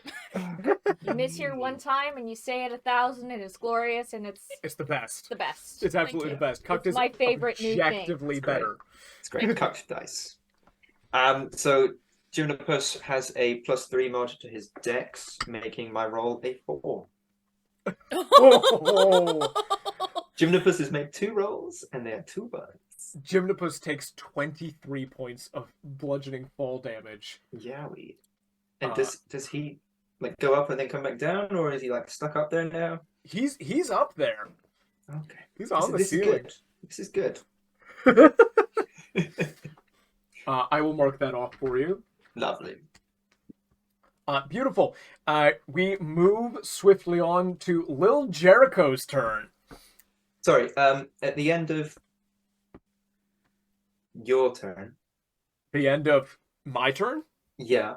Okay, here we go. I'm just going to pop out another dendro. Yeah. Do you have access to the dendros on the side there? Should be a Cerebroblex token and a dendro token. No, I only have my own tokens. So Gotcha. unless you put down another Goltor. I will. No, it's all good. I threw another one at the back there. Lovely. And that will be. Was that 21? We're up to 21 now. Yeah, back into the higher numbers. And that one is on the ground. Yes. Oh, actually, you spat out another one. You're on the ceiling, and it will be on the ceiling as well with you. Okay. He's up here. He's chilling. Chilling, but doesn't have to fall because it started up there. That was your legendary action on that turn. Do you use a legendary action on Labard's at the end of Labard's turn? Yeah, I'll pop out another one. Beautiful. I will throw Dendro number 2 onto there, and Lil Jericho, that's you. Little Jericho is going to look at that orb, and he's trying to put 2 and 2 together. Can he hotwire it and pass the magic through his constructs. Oh, you know you gotta you gotta roll for it, but we love it. Absolutely, you can give that a go. I'm intrigued. What am I rolling? Because I just rolled a 19 on the dice. Plus your spell casting ability modifier. Oh, geez. So that's 30. Boy, that's with your proficiency as well. Yes. Yeah, that's great. We will take it. 30 is godly.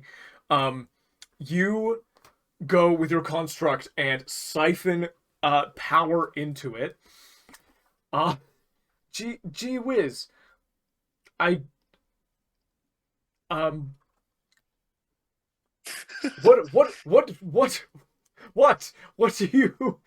do you get? I don't think he knows what he's gonna get from it either. Doesn't know what he's gonna get from it?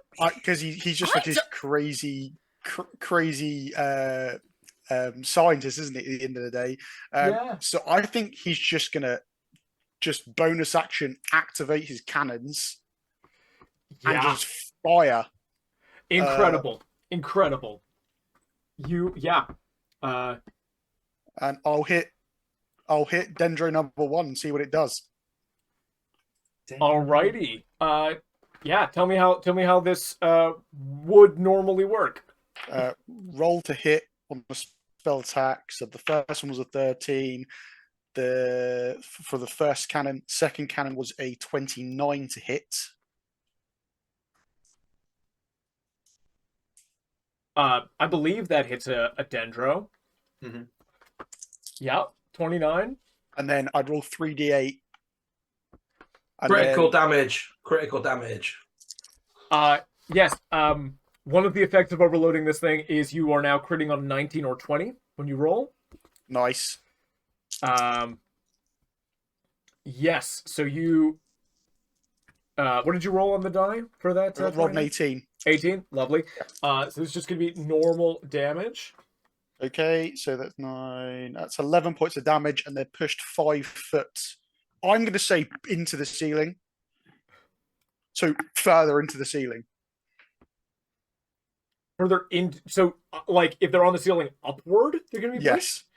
Yes. Oh my god. Brutal. We love to see it. Now, Dendro number 1 is on the ground. Oh, sorry. Okay, so I'm just going to push them away, so 5 foot further away. 5 foot further away. Is this a ranged attack? Yes. Is it a projectile or energy attack? Force damage. It's force damage, so you won't be able to grab this one. Can't grab this one. You get knocked. You managed to stay on the ground. This, the effect of the 5 foot knock is going to make you fall. So you are forced to fall upward. Okay. That's on you. Do you slow fall or take the damage? Slow fall. Slow fall. Incredible. Mhm. Question. Yeah. If you're falling, because that ball would have been directly in front of you, would that trigger it? What triggers a delayed blast fireball? Just What trigger it. triggers it? Or if the It spell might. ends. Linger at a chosen point within range is a glowing bead for the duration when the spell ends. Either because your concentration goes because you decide to end it, the bead blossoms. My understanding is that you can choose as a free action to end concentration on your turn. Oh, okay. Yeah. So it won't be So triggered. would that ball stay in place? A ball stays in place. Believe. So if Gymnopus is falling, be away from it. And do I have to wait until my turn to detonate it? I believe that's the way the concentration works. I don't know if you can I think you can drop your con anytime. Yeah. I would think so.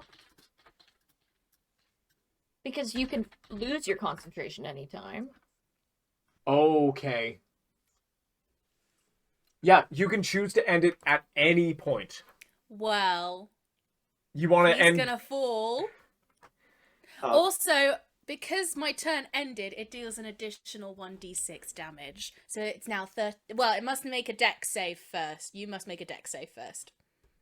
Okay, so the reverse gravity goes off.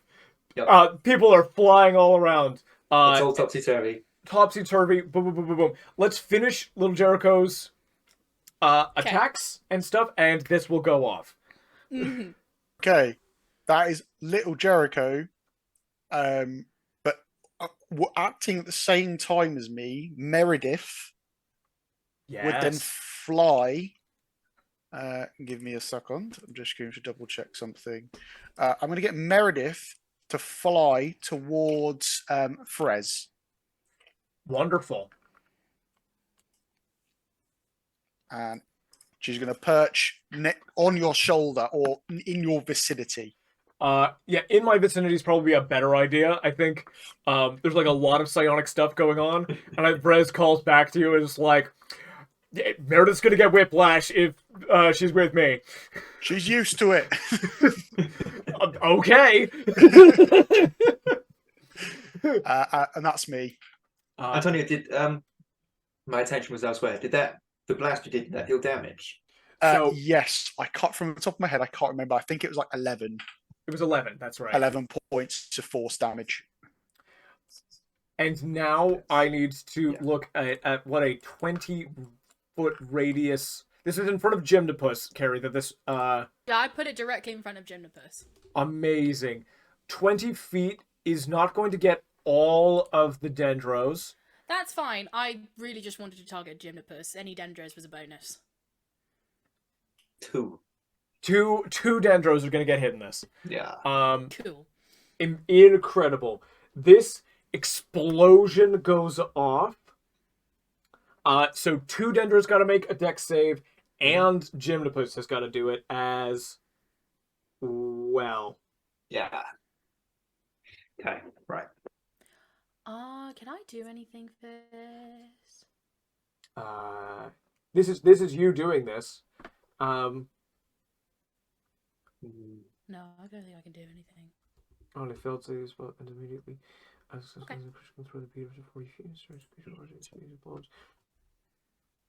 Yes, incredible. So this is, Carrie, if you want to roll 13d6 and add it up. Well, what I was going to request was, can everyone except one person roll a d6 twice to save time? Yeah. If that saves time, yeah, absolutely.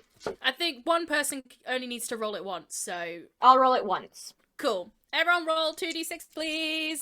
That's the save DC. Oh, save DC is 20. Okay, we all fail. Yay! Everybody fails. So if everybody fails.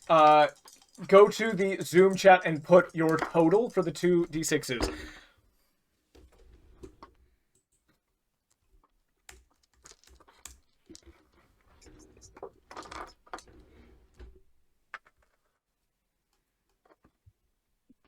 Is it everyone that's got to do this? Yes, if that's all right, Neil. Yeah, sorry. No, all good. It was just for the sake of saving time, rather than me just doing like, Holy another d6, moly, Daisy. another d6. What the hell? Yes, You rolled d6s! Oh my fucking god. that's a new dice tray. Yes! I like this dice tray. Mm. I'm seeing 46 as the amount there.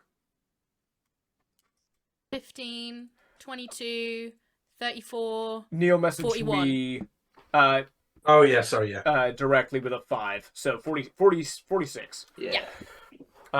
Beautiful. So 46 points of damage to those dendros and to Gymnopus. Also, the Cool. fire damages objects in the area and ignites flammable objects that aren't being worn or carried. So maybe the roof's on fire? I don't know. Yeah, the like wires and things come out in the walls of the ship. Yeah, little fires burning for Okay. sure. Okay, I'll do the Cerebroblex.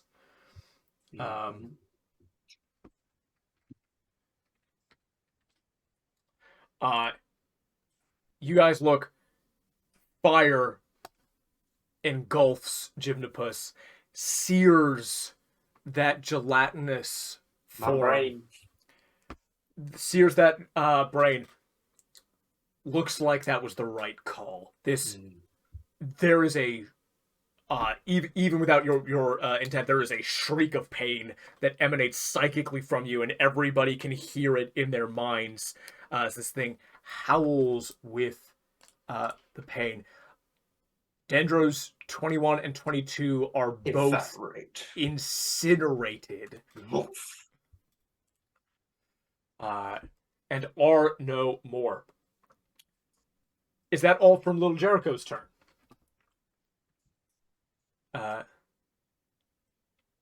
That was it. That was yeah. You did Meredith, and then this went off. There was a beautiful legendary action.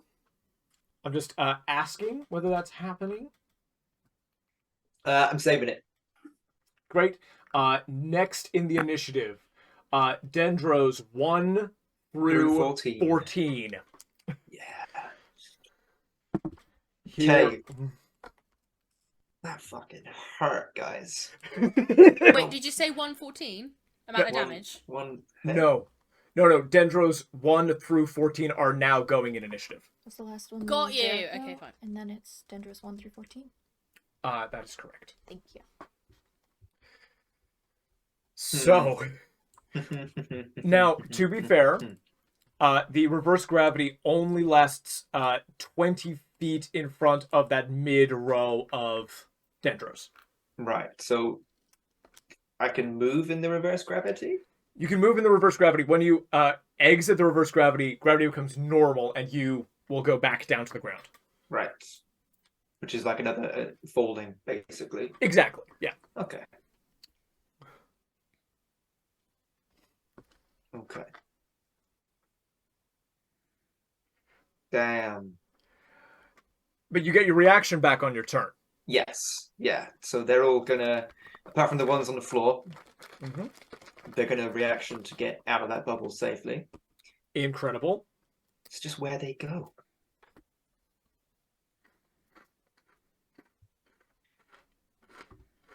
Okay. We measure out some stuff, please. Of course. Shits and giggles. You are watching as the other members pop off. You are standing on your own with your 2 buckets, seeing as all of this engages. What's going through Shits and Giggles' head as Kieran just makes calculations here? Confusion. It's kind of just looking around. The magic orbs things. Is that hang on, no ping. Is that one that's in front of me? Just slightly in front of me. Is that one of those? That is a pillar. That's just a pillar. Where are the magic orbs? The magic orbs are little pointer here. Oh right. Oh yeah. And up on the other side. Oh, I see them. Yeah. Sorry. The actual pattern of the background is. I know. I'm realizing that now. It's really. Yeah. I apologize. No, don't worry. Just get a ruler. 1, 2, 3. I'm probably going to head towards one of those one of the power orb things. Mm-hmm. Incredible. I'll probably what he's thinking of doing is just dimension dooring over to one of them because it looks like a long way to walk, and he's just thinking he's lazy, so he just might dimension door over there. Makes absolute sense. But he'll actually, what he's thinking of doing is quickening the spell down to a bonus action. Right, of course. Well, we gotta see what happens. Oh my god! Up to your turn here. We've got a little development up north. It's a little development. There's a little development. Darius decided to be as close to this thing as possible. Yeah. So like 13 and 14 are going to use a key point to dash as a bonus action, Okay. so that they can basically move to this cage. Okay. With about 110 feet of movement. Mm-hmm. And then 9, 10, 11, and 12 are going to...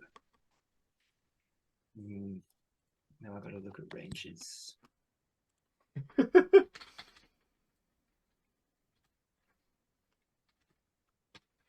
How does this being seem to Shits and Giggles to compare to the gods that he has destroyed and taken down in his past adventures? Hasn't really sort of. It looks like a lot of people. It looks like judging that over time. Really, he doesn't really think about things. He's kind of quite instinctual.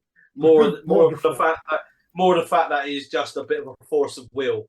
That he's just interested in collecting stuff, magic items, and just completely mercenary. With it really, and not really that much thought behind what he does. More quite selfish, a bit sort of quite chaotic in his approach really. So he's just like, right, I've been what he is though, he will always honor a contract. Mm. So absolutely and also he doesn't really value his own life.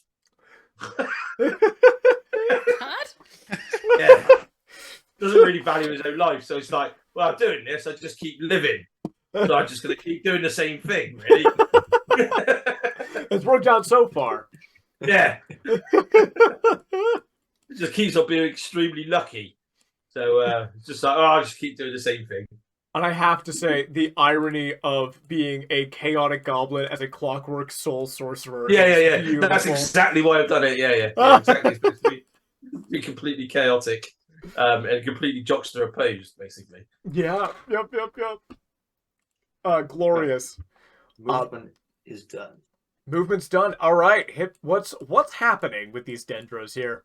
So I'm getting hit. yeah, I've burst into this room. I knew the layout. I didn't know who would be in here. And as soon as I opened the doors, I was not greeted very fairly, I feel. I mean, no one even said anything, right? Just the doors opened, everything went upside down, and then I got hit with fire. Yes. Which was really just... So we say hello around here. So Vicky, I'm annoyed, and there's less than 10 people in here, right? There are fewer than 10 people in this room. Yeah, And I will save that for Gymnopus's turn. It is not Gymnopus's turn. Okay. So yeah, the bubble of dendros around is it Darius? Darius. I gotta start swinging. Now here's the deal. Aversion to fire has happened. Yeah. So these are going to be made with disadvantage, these attacks. Yes. Yes, it is. It is. Which is a good thing.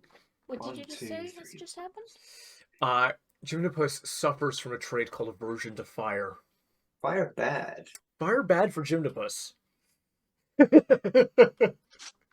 to know. Yeah. If you didn't already tell. But what's that? 1, 2, 3, 4, 5, 6. 1 through 8 are going to spend a key point for flurry of strikes. Yep. So everyone's making 4 attacks. 16 attacks then. 4 attacks times 8 is 32 attacks. I hope you miss every single time. I hope I do. Just stand there, just like... All at disadvantage. All at disadvantage.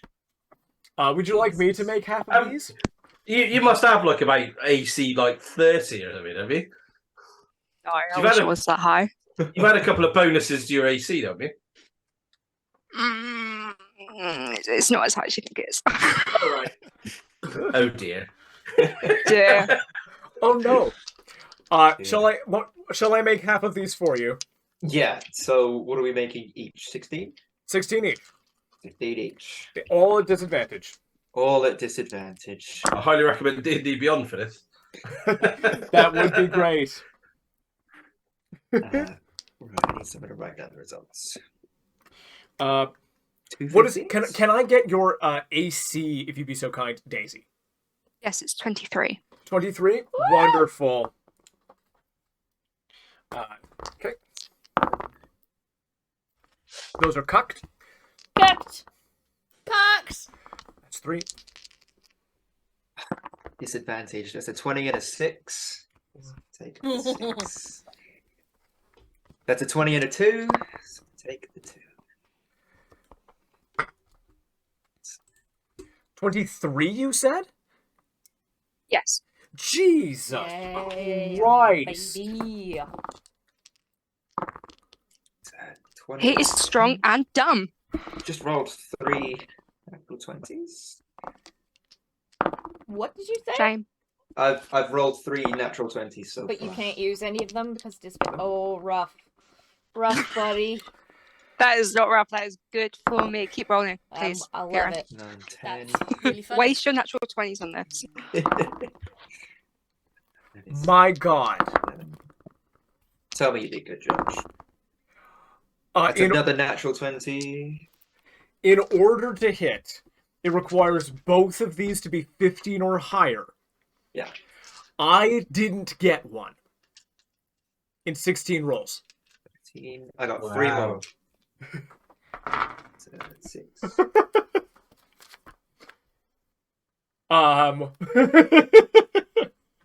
Amazing. Then how do I put myself out of fire? Just so you know, Carrie, this is your delayed blast fireball that has made this happen. Yeah. Without it, the likelihood would have been that maybe a quarter of these would have hit Darius instead of I don't know, much less than that.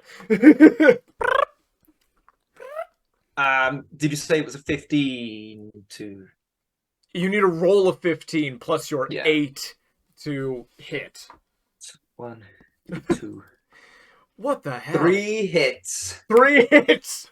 3 hits. 32. Okay. 32 I will use attacks. a reaction on Amazing. one of those hits. Yeah. Okay. Gosh. Roll the damage. dang. Let's have a look. And everyone, hang on, I've got to keep track of. I've just made everything full screen. So you can see a wide scope of how you're going to die.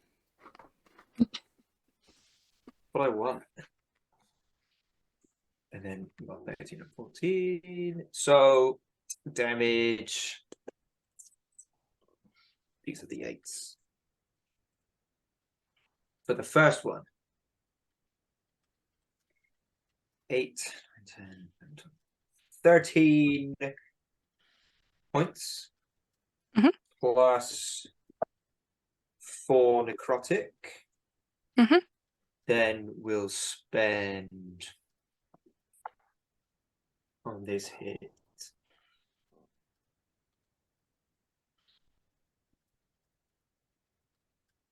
A key point on I have to stunning strike.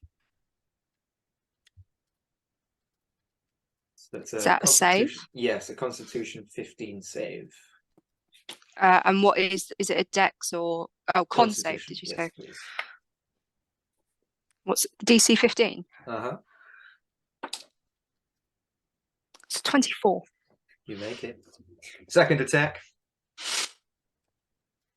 is 10 normal damage with another 5 necrotic. Mhm. And spend a key point. Another 15 save, please. Nat 20. That's for a 25. That'll do. Woo! And then third attack Cute. is Send me 6 normal information. points, 4 more necrotic points, That's and 10. Could you send me one the Stunning last. strike? Yeah. circlet of Yeah. mine? You already know it. Oh, you Okay, sure you Stan. want to do this? Yes, I'm sure. Thank you. Maybe in the Facebook so we all have access. 16. I have only sent it to you. 16 makes it. Oh, awesome. Cool. Yeah, just it's so far back. I can't No, believe of course. Is that your... You done attacking me? My 3, yeah, that's my 3 attacks. Yeah. Come on. Okay, I Reactions. will... Reaction. The first person who attacks me, the first Dendro. Numero uno. Yes, I'm going to reaction with my Blood Fury tattoo.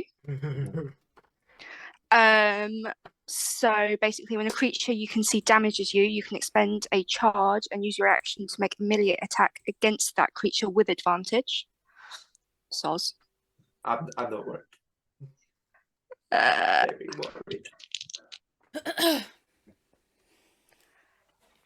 does a... Hang on. Josh, it's a +3 with my axe. Is that to the attack roll? Mm-hmm. And to the Plus, damage. and plus your got your proficiency bonus, Efficiency. Yeah, And so... your strength. strength. Oh my Yeah. god, let me Yeah. write that down. You're level 20. You should be looking at level Yeah. plus Hex. 12, plus 15, maybe something. Yeah, quite a Pretty much bit. the same. Yeah. Should be at this level 20. I can't even do basic maths, guys, so I'm going to have to get a calculator out. Dex mod plus proficiency bonus of 6 plus 3. So whatever your strength mod is plus 9. So strength is 5. Plus 14 Six to is the profi- attack. So that is going to probably hit at 32. No, it doesn't. Yeah. It Yeah. doesn't. Okay, and then that is my battle axe. Oh, where is that? That's just a... Look, I'm so unorganized. I'm very sorry. It's the That's 1d8. 1d8 plus 8. 16. Nice. Amazing. This is the stuff of legends. This surrounded by 8 martial arts frogs, all of whom are moving at superhuman speeds. Darius, what does it look like as you absolutely tank these attacks and swing back? It's like an anime where you're attacking really, really quickly, and then the other person's just kind of like just gently swaying and moving. It's like just literally no effort at Ultra all. instinct on me. Yeah, just like closed eyes, just like, yeah, okay, a couple of hits come in, and then it's just like, all right, I've had enough, now smack. Oh, we are witnessing one of the greatest fighters of this or any age in battle, and it is marvelous to behold. But I don't believe that's the end of the Dendros' turns. No, there's still 13 and 14 back All there. right, Yeah. tell me what happens. Number 14 just goes, hey, Hello. I gotta say first off, this is all your fault. A lot has happened as a result of me and my power. I don't know specifically what you're talking about. Can you help me? Can you help me?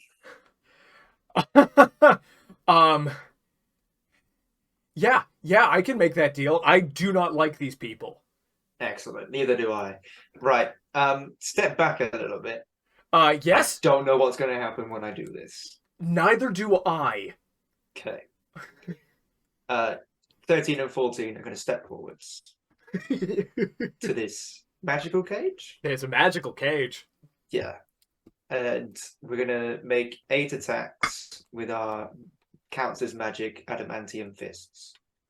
absolutely brilliant. I'm not going to make you roll those. Adamantine counts as auto crit on objects, and you watch these forms of yours rend and shatter this cage and rip it asunder. There is an explosion of wild magic that ripples out from this tabaxi bard, wild magic sorcerer. Everybody in the room, pardon me, feels it viscerally. The air becomes thick. Moving feels slower, like molasses. And this bard this tabaxi Chesh looks at the Gith here with hatred in his eyes. Says, "You have kept me here in this cage for what I am. You've used me to hurt my friend, and now, here you are, at the end of your crusade, your campaign of revenge, generations in the making, to destroy these aberrations who hurt you so many generations ago. Was it worth it? You've become the monsters."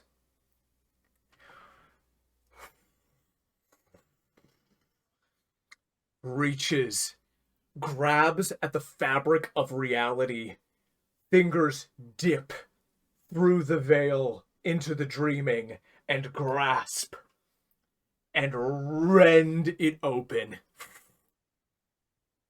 You're so terrified of what comes from the dreaming? Let be born what may.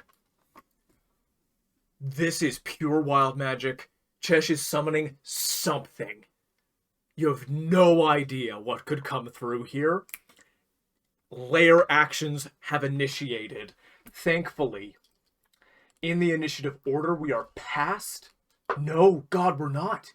No, we're not. No, we're not. Lair actions have begun. There is a specific mechanic that is going to work with this when we get to lair actions, but that is what happens when Dendro unleashes Chesh.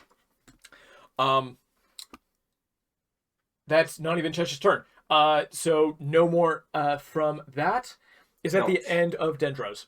Yeah, at the end of number 14, we're going to use my final action. Yep. To make a tentacle attack against Darius. Fantastic. Go ahead and make a tentacle attack through one of your Dendros. Yes. I'm feeling actually very attacked. Did Darius just come out to have a good time? I mean, 32, like, really? Really? You've so much to live for. Okay, that is... don't think enough. It's 15 plus 7. 22? 22's not going to do it. Oh, it just lashes and just glances off. Silly. So silly. So Silly. silly. Next in the initiative, we have Darius. Yeah, we do. That's why we did it. Hi. Hi. So, the weather in space, huh? Yeah. Yeah. This is a bit Say, crowded. how about we just like ditch these losers and go? No, No, okay. No. Tried. no. I'm going to attack again. I don't know which Dendro it was. The first Dendro that attacked me. You're on number 1. I'm going to attack Dendro number 1. And I have 4 attacks. Start with the first Okay. one. Start with the first one. See what happens. That was the first one. Natural 20 is the first one. Holy hell. max out the D8 plus 8, 16. Roll another D8, and that's the amount of damage this will do. Yes, I'm also expending a another Blood Fury tattoo charge. May I ask, is the axe a heavy weapon? Is the axe? It does not have the heavy property. No. That's fine.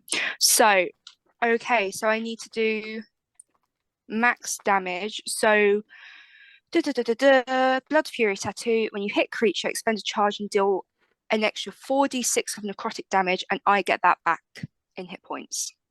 So you max out those 46. Yep. So that's an extra 24 plus roll the 4d6 as well. That's 24 plus. Oh, 40. I want 40. Does it? Is the damage of the axe 2d8? Which is 1d8 1d8. So yeah, so 24. plus 16 is 40 plus 1d8 plus 4d6 of damage. Gee whiz. So that's an additional 12 necrotic, So 52 plus 1d8. and then I need to roll my d8. Plus your 7. strength, presumably. So 50. Already done it. 65. That's Your first hit. 65. Yeah. So that's my first attack. yeah. Yeah. Okay, so you make that, and you. How do you deal with this Dendro? Because he only had 10. Splat. Yeah, straight through the middle, I'm afraid. Nice, nice. We do cleave rules here. They don't come up very often, but that's going to cleave Dendro 1. You're going to go straight through Dendro 2. Mm-hmm. That's, Do a big spin. Do a big spin. what's 65 minus God. 47 is 18 points of damage to Dendro 3.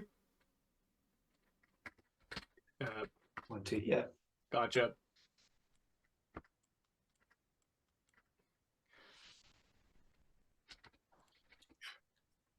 There's a full, like, There's a table of Dendros. table over there. It's a table of Dendros. There's a table of Dendros. So that's attack number 1. You have cleaved 2 of these Dendros. Bet you can't do it again. Bet you can't do it again. Bet you can't do it again. Don't try me. Or Dendro 5, rather, is the one that we'll have. If only I was closer, I might maybe make that happen. Come and get closer. Okay, so that's attack number 1. Attack number 2 is for Dendro 5. I'm just going around the circle now. Yeah. Like, Yeah. It's like whack-a-mole, but in space with frogs. yeah. And a battle axe. Whack You're just frog. turning around. Like whack-a-mole, but in space with frogs has got to be one of my favorite sentences that's ever been said. That is fantastic. I'm adding it. I've got a little notepad here with quotes I've already written down. That's going on the list alongside. I do not wish to be near the space raccoon. Why? I'm just a space raccoon. Cute fuzzy thing. I'm adorable. Why would anyone avoid me? I know. My guy's an asshole. Kieran, does 26 hit? Yes. Yeah. Yes. Okay, that's fine. Can I get? Is this Dendro like looking well? They're a Which bit one are you going battered. for? 5. For the 5. He's like missing an arm.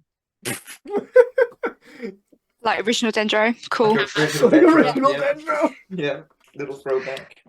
Okay, I'm not gonna do anything special for this one then, I'm afraid. And that is 5 plus 8, 13 points of damage from the battle Okay. axe for Dendro 5. Mm-hmm. Still up. Still up. Then he's going to get whacked again. Oh no. So attack number 3 Oh no. is a natural 20. No effing way. Oh. So Now, do I expend another charge? Well, it depends if you want to take out more Dendros. Probably, yeah. Yeah, I'll spend another charge. So that's another total 4d6. I'm going to mark that off. So this is 40 plus 1d8 plus 4d6. Yeah, so let me roll the 4d6. Mm-hmm. So that's 6, 7, Mm-hmm. and then the d8. you only It's roll 6. 7. You only roll 7 off a 4d6. Brutal. Yeah. That's brutal. brutal. It's brutal, yeah. That is Yeah. brutal. And what did you get on the 6. d8? Wow. Yeah. 13, So that's so 53. Only. I know it's shit, isn't it? Oh. Well, you have just done 120 points of damage in 2 hits, you know.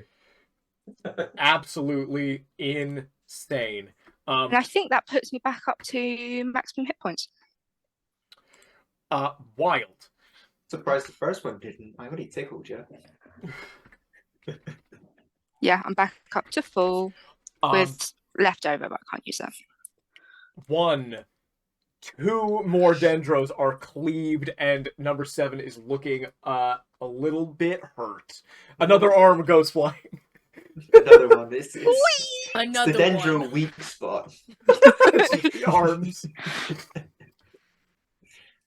For a monk, that's a... Bizarre weakness to have. Yeah. So I'm a hit danger 7. How many turns do you have? I get 4 attacks. High level So- fighter. High level fighter. Amazing.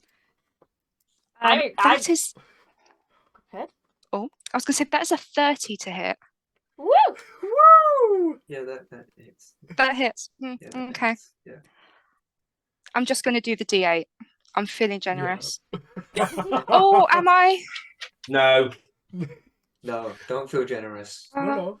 No. No, do you know what? I'm actually going to start using my other powers. I'm going to do a sonic strike. Ooh. Mhm.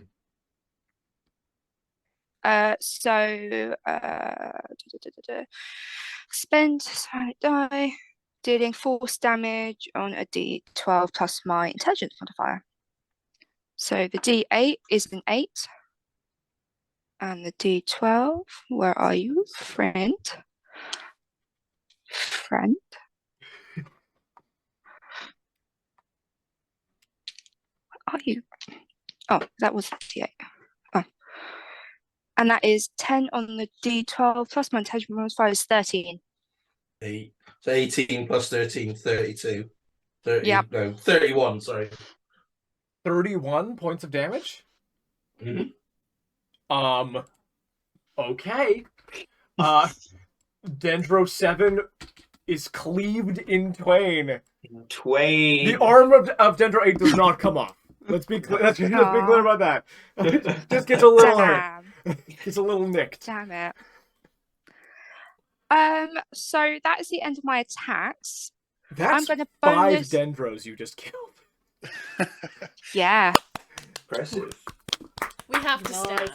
We have to stab. Yeah. Yeah.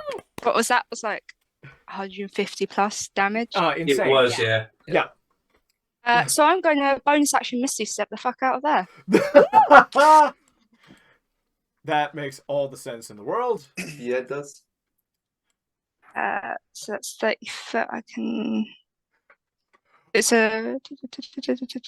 Oh yeah, teleport up to 30 feet. Darius, So the blood of a true warrior runs Thank through your God. veins. A magnificent display. The scary man is gone. scary man is gone. Not far. So I'm gonna go. Where is it on the map? I'm gonna go. So I'm gonna Misty Step 3. What are you doing? Misty Step here, and then I'm going to use the rest of my movement to. I'm just trying to work out what pictures on the tile under my finger. Sorry. to here. And that's my turn done. Beautiful. Jinx! So Running so soon? I'm giving you a break. Oh, I don't need one. Come back. Are you sure? we have reached initiative count 20. This is the lair action. Now, what is happening here? And I will say Mirah and Shits and Giggles. You would definitely know this. If you want to Mirah give have told me. Labard and Little Jericho, you can make Arcana checks if you would like to see what is happening here. Well, I rolled a nat 1, so. No, there's a big rift. Scary. Wow! 24. Oh my god. 30. Incredible. You know what's happening. Power is happening out of Chesh, the likes of which brought you, Shits and Giggles, into this dimension. And you know exactly what this is, Little Jericho. Basically a rift is being artificially created betwixt the various dimensions of the unconscious and reality. Dream monstrosities, gods, various other beings exist out there. Eldritch horrors, elder evils. The gate spell in effect. It's like a gate spell plus, and you have no idea what's going to come out of there. Yes, it's gonna be fun. It's gonna be fun. It's gonna be me. So here's the mechanic I have devised for the way this works. Any spellcaster who chooses to may expend a spell slot of any level and forego their action and movement on their next turn to attempt to stop the lair action from happening. No, I'm gonna not do And that. forego their action and Movement. If you do so, you have the chance to make an ability check using your spellcasting ability modifier. The save DC you'll have to beat is 25 minus the level of the spell slot you would use. It's a minimum of 16, maximum of 21. So you still get a bonus action. You'll still get a bonus action if you try to stop the rift from happening. Cantrip is a bonus action. Can't, I think I have to stay with my... No, cantrip not as a bonus action, That unfortunately. is okay. There you go. I'm still not gonna do it, but... Yeah. Wait, you double check, didn't I? I want to double check. And multiple people can try this as well. So, who wants to try to stop the lair action from going off, if anybody? I might. 1 second. What's do you have to be in a certain distance? No distance away. Okay, and This is just using your own spell magic to try to combat that of an incredibly potent wild magic sorcerer. and it's using would this be counted as an abjuration spell? It is not counted as an abjuration spell. Curious. And have I got to wait till my turn? Because I want to coincide with doing it and doing something else on my turn as a bonus action. So this is happening on initiative count 20. You can do something on your turn. We can do it flavorfully. Yeah, if you decide that you want to do this, you can use your bonus action now. I will rule that. Okay, all right. So as my bonus action, he starts, grabs hold the two winches that are on the both buckets, and he starts whirling them, and at the same time he's spinning in a circle like this, and it just gets faster and faster and faster. And I'm going to use Trance of Order, which is a bonus action. So I'm going to align my consciousness with Mechanus for 1 minute, Yes. So for the duration, attack rolls against me can't benefit from advantage.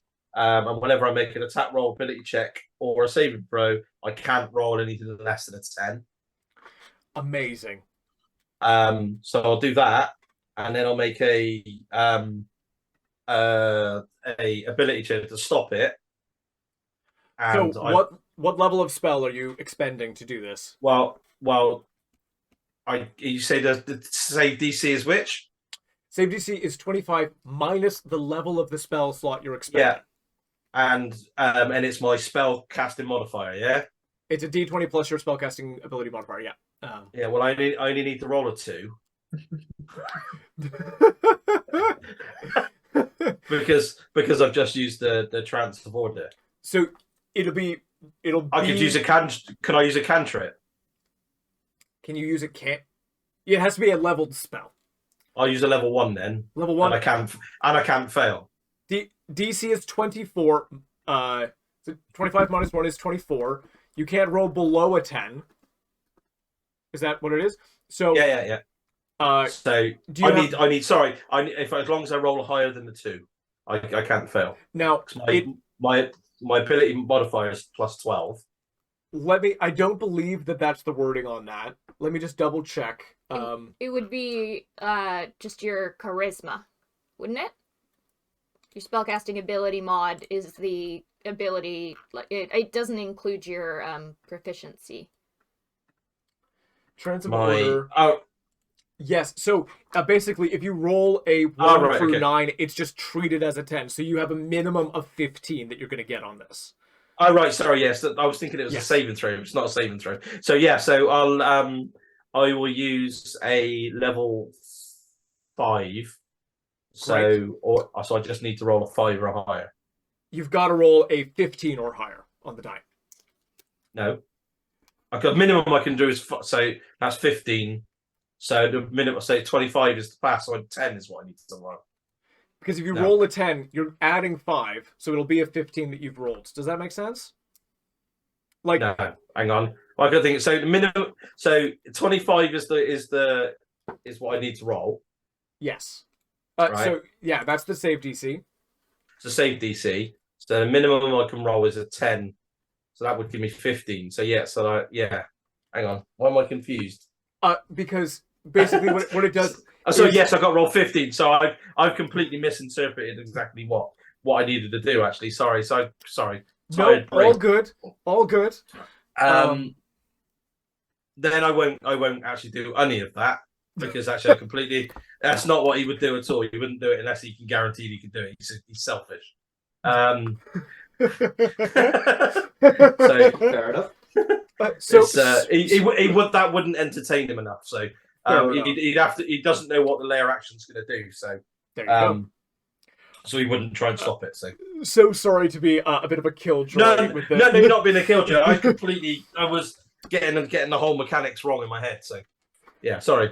Not at all. Any of that. Not at all. So you are choosing to not interfere with the lair action. Great. No, not yet. Good stuff. Mirah?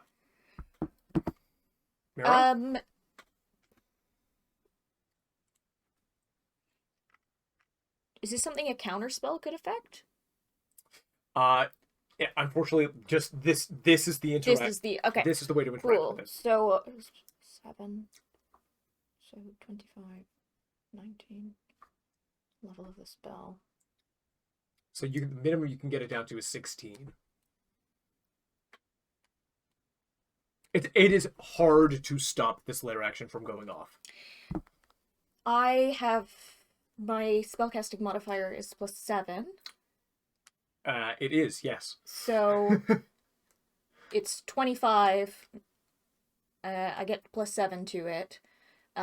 So let's say 18, and then 18. Minus the level of the spell. Minus the level of the spell. Okay. You are gonna see from way in the back.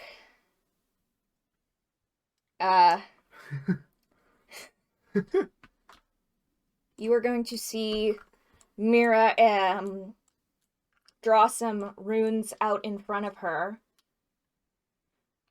and release And she's going to expend an 8th level spell slot to keep this from happening, and then I'm gonna... So that'll bring it down to 17. Yep. And then I need to roll a 10 or a higher. You just need to roll a 10 or higher on the die. And because this is an ability check, you can add Bardic to it if you wish. Thank you. Not at all. Actually, she can't. Understood. Okay, come on, baby. Secrets. Secret. That's exactly a 10. Incredible. Nice. Yes, your magic reaches out. What Chesh is doing is the antithesis of Gith Zerai. Yeah. You and your people have spent lifetimes closing rifts between the realms of unconscious from which the first mind flayers and elder brains emerged. And this reality. And Chesh is here rending open that boundary. Wild magic is abhorrent to Gith, and to Gith Zerai specifically. What does it look like as you close this rift temporarily? From the runes that she draws, they're like a pale blue, but piercing. She'll draw them out, and then they'll collapse in and expand outwards, and then that expanded outwards is gonna narrow in again to just a stream, and the stream is gonna go through the like void, and sort of fill it like, you know, when you pour like syrup into water, and it's got that really thin drip, and then it goes and it settles at the bottom, and it will sort of like fills out from behind the surface. It does that and expands out and gets white and keeps it at bay. It sort of like shakes like there was an impact on it or something from the other side.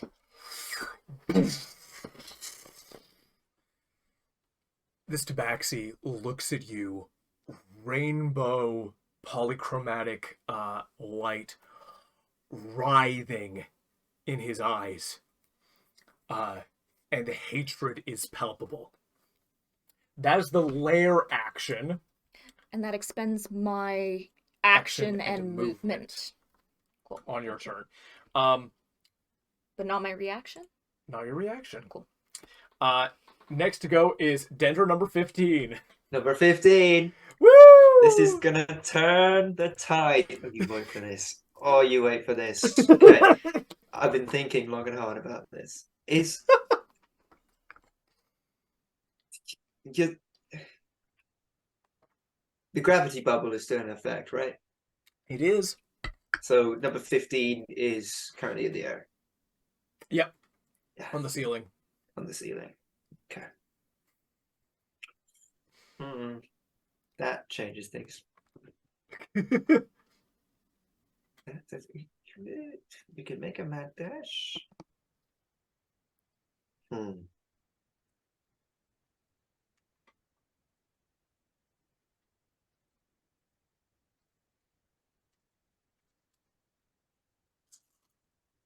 Okay, here's what number 15 is going to do. Because number 15 is... Oh, but... Oh yeah, number 15 is ballsy. We're going to make a decent sized move here, falling out of the bubble. We'll take the damage. We're not going to slow fall this. We'll take it. Okay, give me 1 second to roll that. 18. 18. Sort of a brunt as we roll. How to do have a calculator.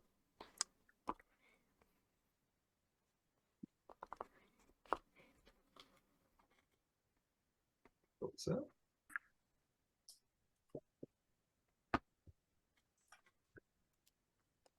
Then we're gonna spend a key point. to Yep. dash. Go for it.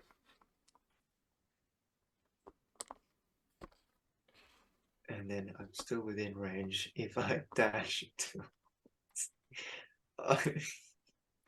who, who said we were done? You can't just teleport away. You better not. You just see this one Dendro fall out of the air from inside of his own ship, land pretty heavily. He gets back up. There's a bit of a limp, but he still Oh, I hope you hurt yourself doing this. steams it towards you. And then, as he gets into range, just starts doing what he does best, punching. So we're going to spend another key point to make 4 attacks in total. Okay. Yeah. And we're still dealing with the fire damage, so they're at disadvantage. You are currently still dealing with the fire damage. Yeah. And I can't use a reaction, so go for it. Okay. First one doesn't hit you. 14 plus 8 is it 22? Is that? No. No. 23 or higher. Well, 15 plus 8, that does hit, doesn't it? It's 23. Yep. Yeah. That Yeah, works. there you go. Nice, we got 1, baby, and then You got one. that's the 6th natural 20, but it's alongside an 8, so that. Oh, all right. So, we're gonna do the first. We're gonna do the damage for the attack, which is this one and this one. So out of 37 attempts to hit me so far, Yeah. you've hit 4 times. Yeah. Beautiful. But That's with disadvantage. So That's what it's Yeah. intended. 6 of them were crits. Yeah. Count yourself lucky. That is. Let me open the sheet. This is Yeah, plus amazing. 5, so that's 10 regular damage, 5 necrotic, and then we'll spend his yeah, why not? You don't look very strong. We'll spend a key and get you to make a strength 15 saving throw. Oh, I think we'll just pat you on the head, bless you, child. Please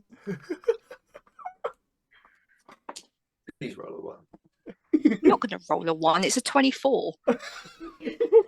That's impossible on a D20. No, yeah, you make it. So you take 1d6 extra damage, which is a 1. Oh no. A Oh, 1. one. Yeah, 1. That's Necrotic, brutal. if that makes any difference. That is brutal. So yeah, this little Dendro just runs up, starts punching your shins. Runs up, like, kicks me, the shin. Yeah, It's like, okay. and then realizes the error of its ways and just looks up at you, really, really scared. Like eyes, Just kind of want to big bulbous boot into eyes, the other, full of fear. just yeet him to the other side of the spaceship. Oh, yeet. Brum.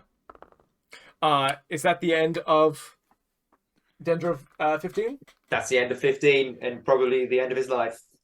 Yeah. Holy hell. Chesh is taking his turn. Do something, Chess. Fuck Um, this. Unfuck it for me.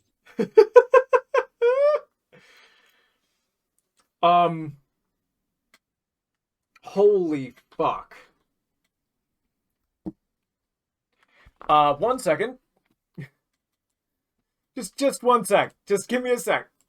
Sick. Hold on. Now wait for a minute. Oops. Nope. Undo that.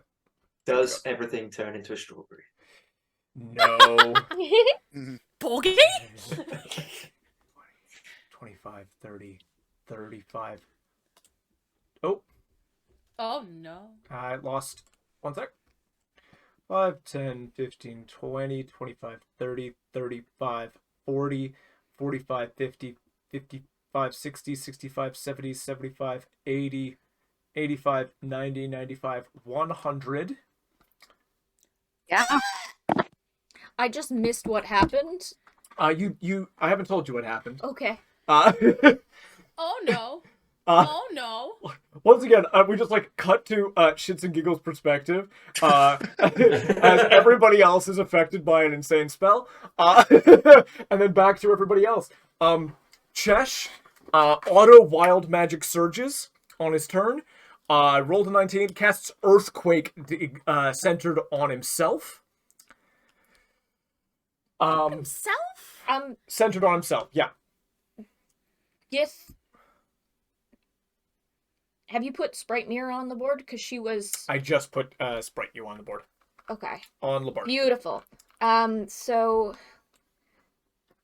I just want to see. You need to see how far. Just outside!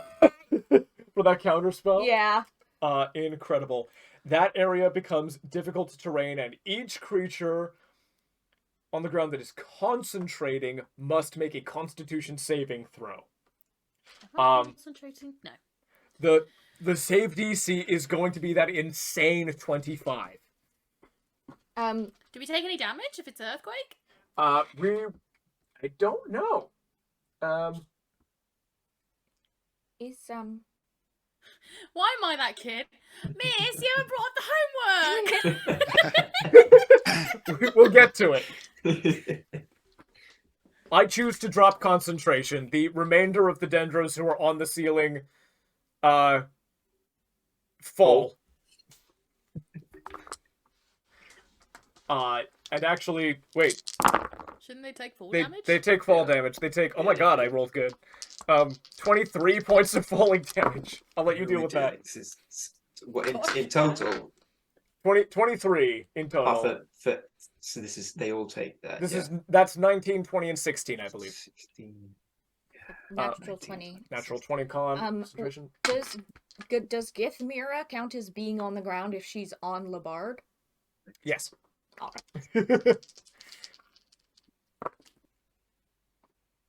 Yeah, it's a con save. It's just a con save, DC 25.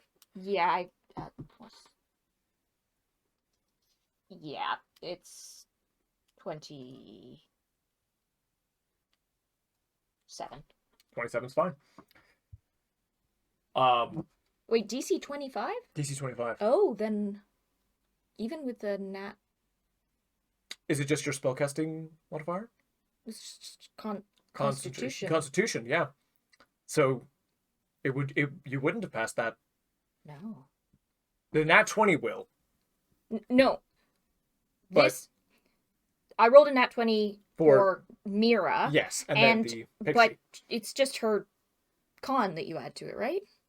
Yeah, just your con. Is it a saving throw? It's not enough. It's a saving throw. Yep. Yeah, so it'd be con and if you have proficiency. Proficiency. Yeah. Oh, it is. Beats it because I have because of the. Wait, no, is she wearing those? No.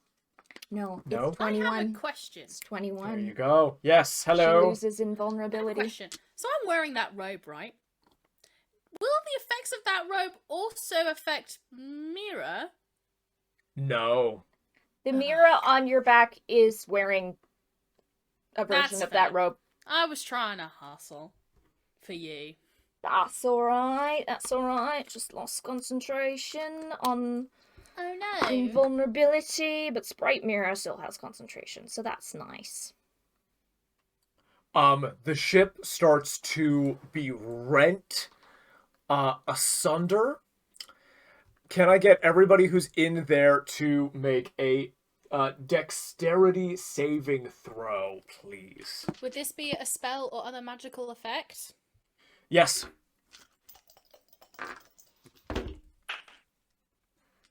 Well, that's good because one of them was a nat 1. That is dexterity, yeah? Dexterity. That is a dirty 20. Wonderful. That will dirty 20 dirty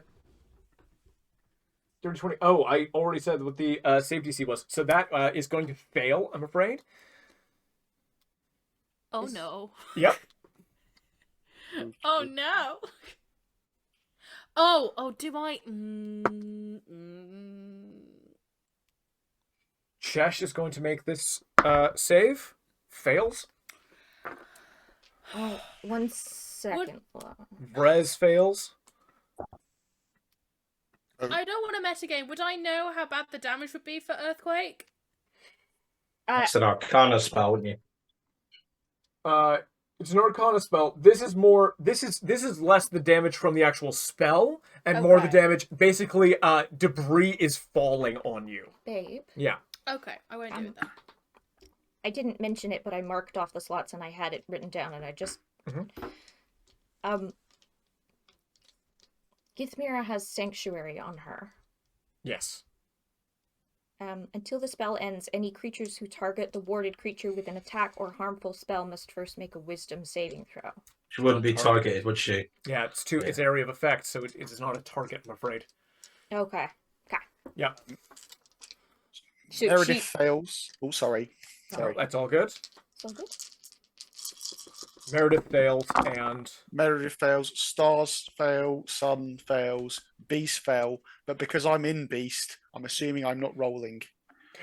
yeah, no, don't worry about that. Beast will fail, but you'll see what happens in a second. It'll be fine. Both fail. Both fail. Has anybody passed? Yes.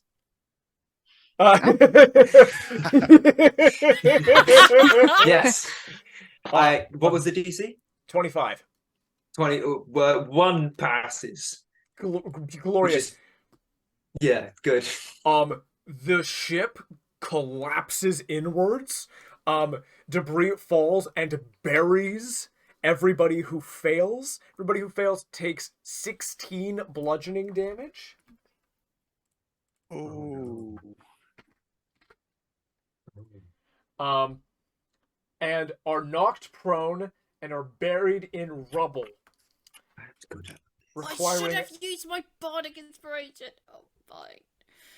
I don't even know what knocked prone means. From the one side, Gymnopus, you look at the insane thing that has happened. On the other side, Shits and Giggles, you look around Chesh. Chesh reached out and whoom, the ship collapsed in on Chesh and on everybody else, instantly turning it into debris. You see open vacuum of space with just the shield of the ship keeping the atmosphere intact, and the starry void behind. And you both see that, like, the two ships, the pathogen and the warship, this Gith Yankee flagship, everything is coming to pieces. What you do in this situation will determine whether you survive what will ripple out into the destruction of all of these platforms. Wait. How Glorious. much damage? 16. Okay, so it'll be 8. Not because I saved, but because abjuration, half damage on spell. Gotcha. Yeah, absolutely. Thank you. Interesting Actually, chat happening. I don't in take Zoom. that damage. The ward does. The ward's down to Wait, 39. if what I put in the chat is metagaming, then totally fine. Not You at can all. just disregard it. Nope, Okay. not at all. You guys make your decisions. Just evil is what it is. Look, I want Labard to survive this, okay? No matter what happens, I need Labard to stay alive. Yeah. Beautiful. Initiative order continues after Chesh. Mirah, this is your turn. You are currently buried under rubble. This requires either an athletics check or something creative to get out from under. And which one went first? Gith, real one, yeah. Githmira. Love. She can't take an action or movement. She doesn't have much by way of bonus actions she can do right now. So I think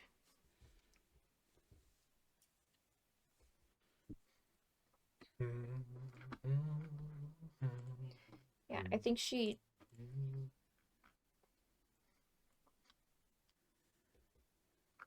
No.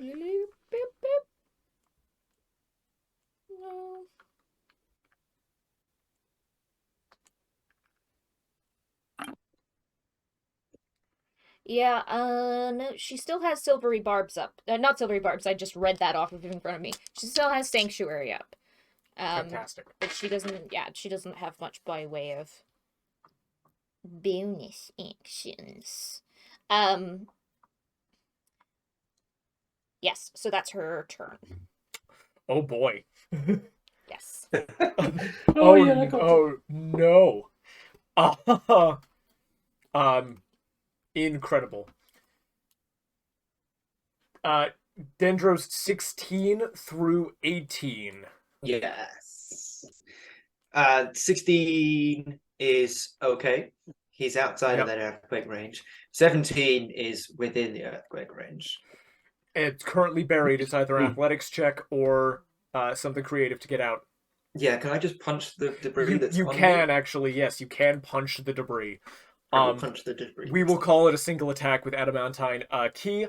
It explodes off of you. That's one attack. Yeah. Then,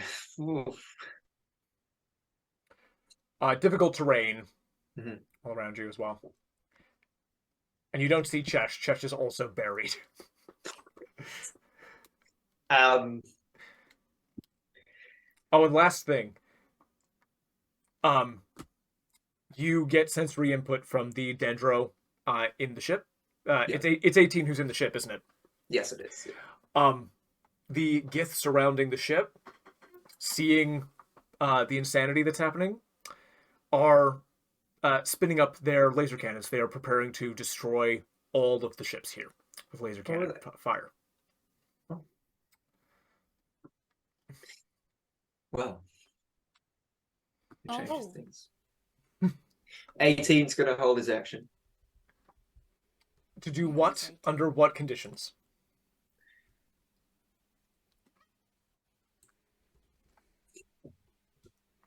Can I tell you privately, please? Absolutely. Go ahead and give me a private message. Yeah. And then what is the last one? Or is that it? So 17 is just going to... It's dangerous terrain, right? So that's half movement? Yes, that's right. Okay, so he can... I believe Step of the Wind ignores difficult terrain. I could be wrong about that. Don't have that. That's a bonus Oh action. no, yes, yeah. It will let me disengage, dash as a bonus. And yes. my jump is doubled. Your jump is doubled. My apologies, not ignoring difficult terrain. 17's gonna move. No, 17's gonna stay where he is. He's just punched through the rubble. He's good. 16 is gonna move towards Gymnopus. Gymnopus. Right there. Gymnopus. And then here's what 18 will do.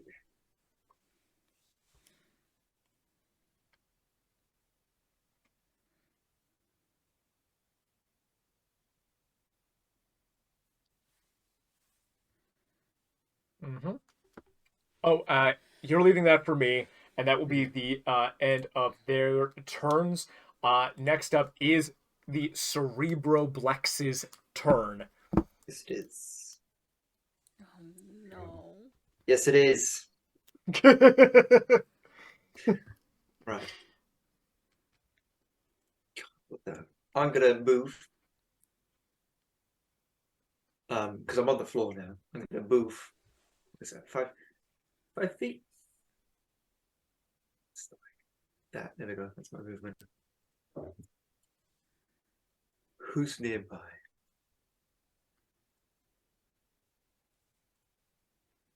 Who is nearby? Who is nearby? Darius, Frizzalduth, Meredith. Right. 15 doesn't count. He's dead under the rocks. 15 is dead under the rocks? I believe it was 15. One of them, he's in the initiative count. Yep, Where that's is right. he? Yeah. The one in front of Darius gets killed by fallen Just- rubble. Jesus Christ. Took the easy way out. Pedro's dying in front of me. Darius, you were covered in rubble, and like the one in front of you just like splats. I'm going to open up a link between me and Chesh.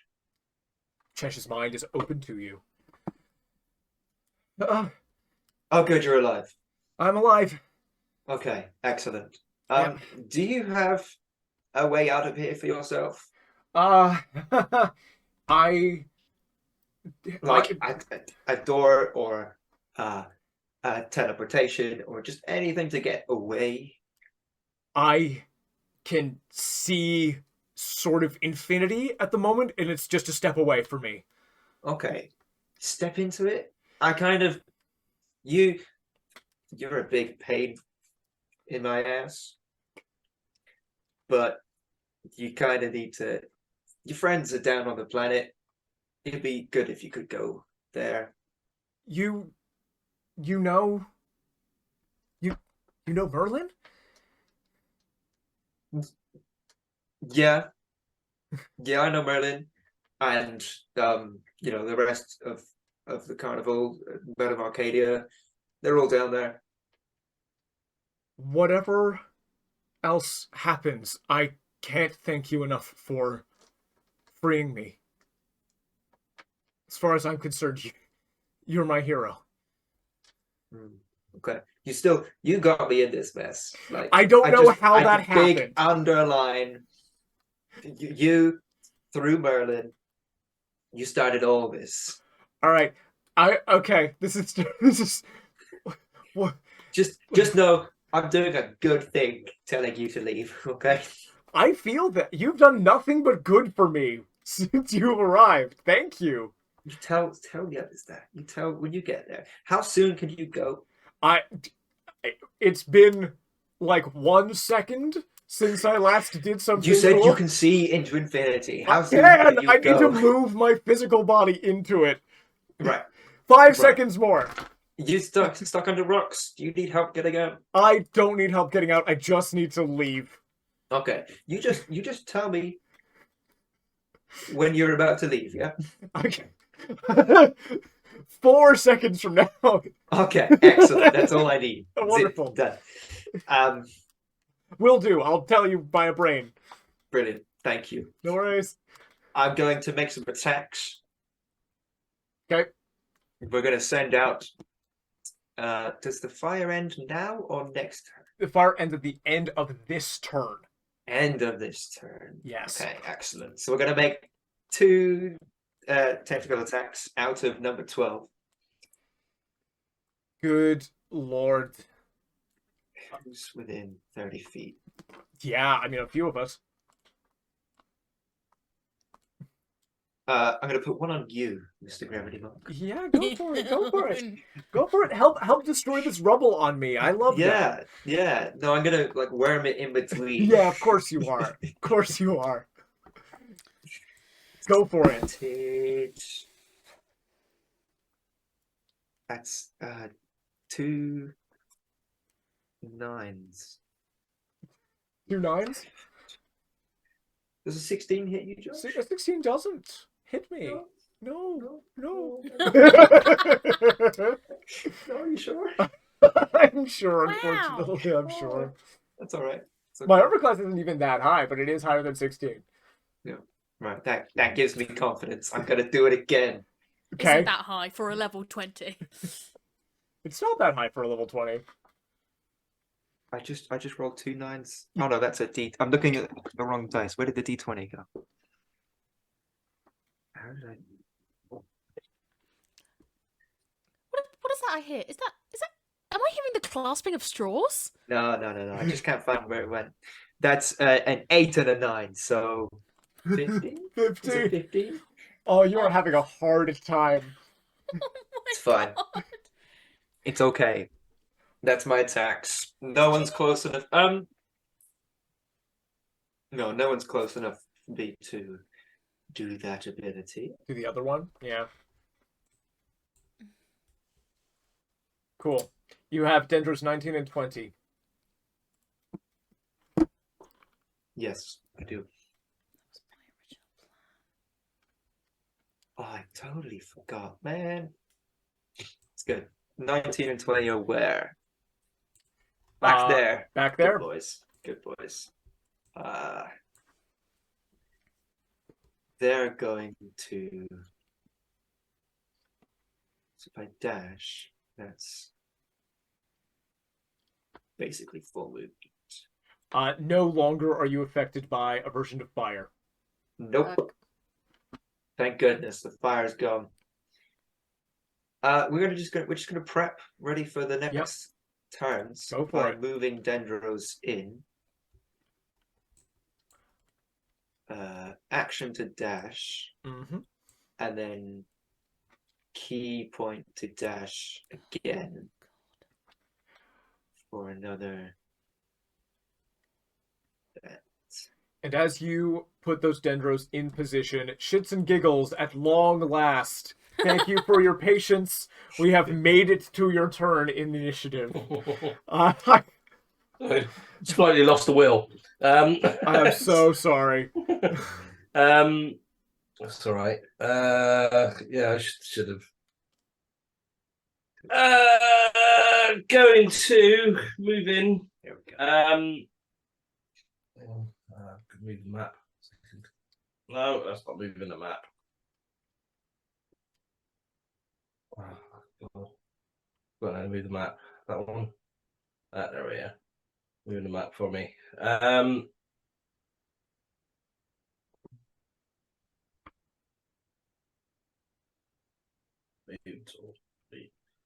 I'll go 1, 2, 3, 4, 5, 6, 7, 8, 9, 10.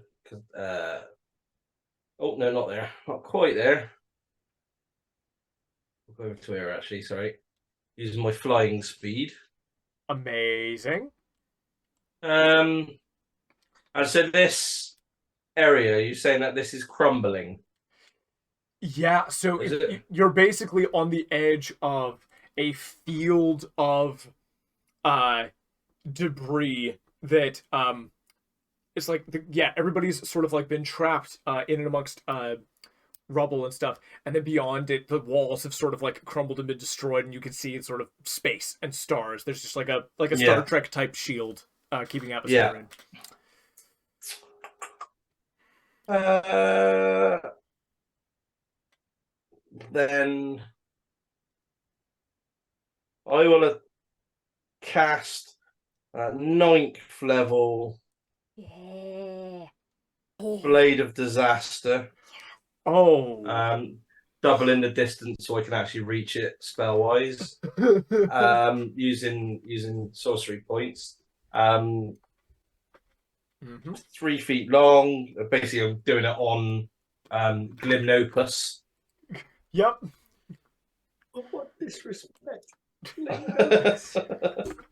So hang on a sec. When you cast, what I will do actually is a bonus action first of all. Is I will in fact do what I was going to do before, and as a bonus action, and go into a trance of order. Okay, that's my bonus action, and then I'll cast Blade of Disaster.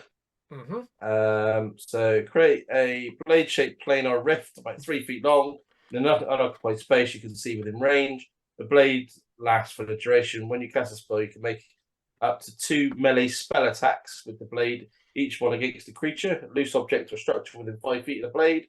On the hit, take 4d12. Force damage. Attack scores a critical hit are if I hit an 18 or higher. And does an additional 8d12.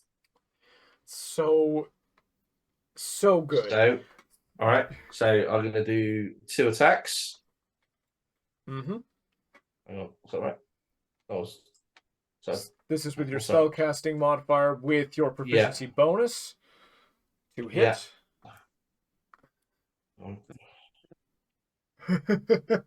Yeah, that's right. Yeah. So I can't. So we will do. Well, I can't roll any lower than a 10. Can't roll lower than a 10. So So that is that's a 26. Does that So, hit you, Blob Man? Oh yeah, that hits Blood Man. Right, and I will roll another one just to look at that one. Mhm. All right, and well, that's an 18, so that's a critical. So I'll do the first damage. Oh my god. Oh, So no. 1, 2, 3, 4. So that's 16 d12 in total for both attacks. So we all roll twice, and 2 other people have got to roll 3 times. I don't know. No. I'm using D&D Beyond, so it does it for me. So that's 141 points of damage. Is that total? Yeah. Ah! I mean, scratch, mate, scratch. Of course. You see, shits and giggles, a tremendous, destructive, insane amount of damage you have dealt to this thing. Looks on death's door, this brain. Yeah. You hear a scream, but none of you are close enough to feel the effects. Yeah, no problem. And that's my go. Amazing. Even as things start to look quite bad in general. Shits and gigs, just hey. I actually sorry, I didn't realise I couldn't have done the first thing because I didn't realise I didn't actually look actually. That's actually a bonus action, Blade of Disaster. Oh. So, wow. So that's a bonus action. So I can only do a cantrip now, can I? Yeah. You can do a cantrip. I thought you can cast 2 spells. If you can cast 2 spells. If your cantrip is main action and your main spell is bonus action, you can do that. Yeah. You can't cast 2 leveled spells, but you can do a spell and a cantrip. But you just have to make sure the action bonus action lines up, right? Yeah. Cool. That's right. Yeah. So I was saying, so I could.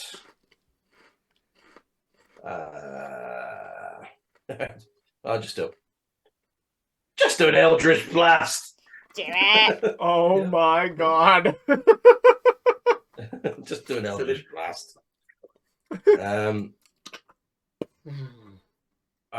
Which would be for 23 to hit. Yeah. Okay. So when we reach 70 level, you can do it to one spell creates more than one beam when you reach high levels. 2 beams at 5, 3 beams at 11, and 4 beams at 17. So I'll roll them all. 1, 2, 3. So that's 3 more. Mm-hmm. So I think that'll be 3 hits in total, I think. Gotcha. Because they're all above the other 3. They're all above 23. So. But do you get 4 at? Yeah. Level? What was the 4th?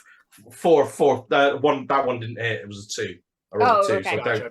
Yeah, because everyone they can roll 4. Yeah. But you get 4 beams.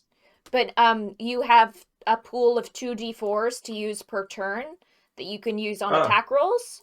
Yeah, good point. If you're you know what? I could be wrong because you're out of 30 feet from anyone else. Never mind. I'm just going to use a luck roll. So I've got luck as a feat. So I'll just roll it again. I've actually got about 4 different ways I can have advantage on a roll. So you can just be like, nope. I choose basically. Well, that I hit. That'd be 24 to hit. Yep. All right. So that's D10. 2, 3, 4. My goodness. So that's another 24 points of damage. So is this on top of the 141? Yeah. Yeah. Oh no. Okay. Cool. He'll sit down. He'll sit down and eat. He'll sit down and eat some food.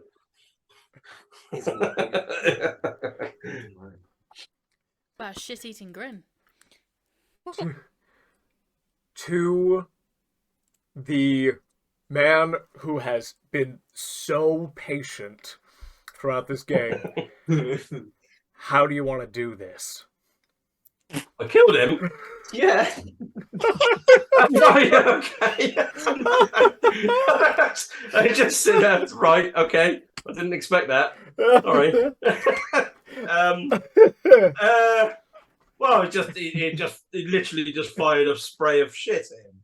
So there's just sort of death ray of shit, and sort of probably actually carve S and G actually into his body in a ray of shit. Oh, I'm glad I'm dead. I don't want to witness that. I wasn't expecting that. No, that was incredible. That was good.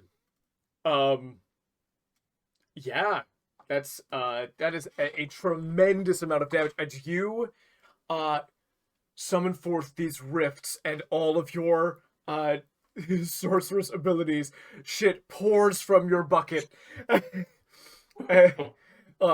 And you see you've opened dimensions to fecal matter from all across this dimension. No, dimensional shit. Dimensional shit comes together. There is actually a dimension of hell of shit. So, well, there you go. Load some dung eater. God, the dung eater. Oh no.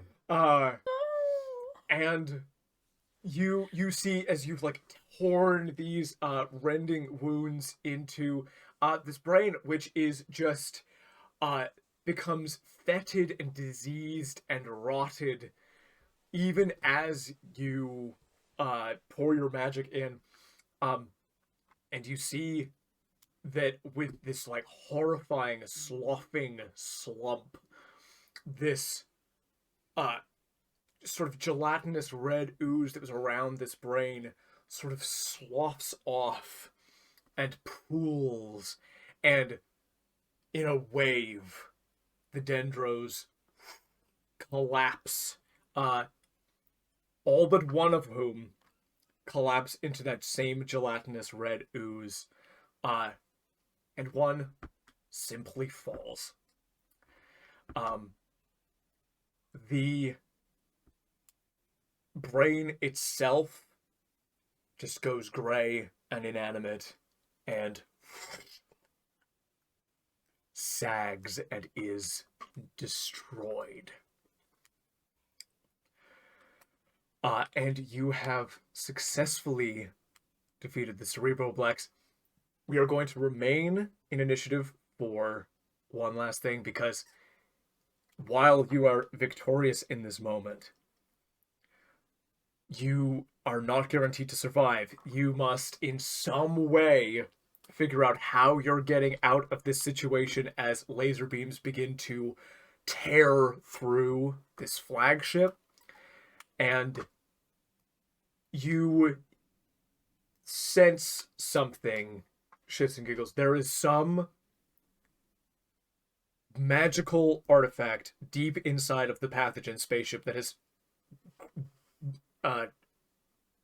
hit this one, from which the Cerebroblex came. And you have this premonition, if that thing gets hit with a laser blast, you are all dead. So no dendros. We're just going through the people who were here. Second Mirah. Alrighty. So none of the stuff I have planned for my happening now. Get rid of it. She's She doesn't know the thing about there being something on the pathogen.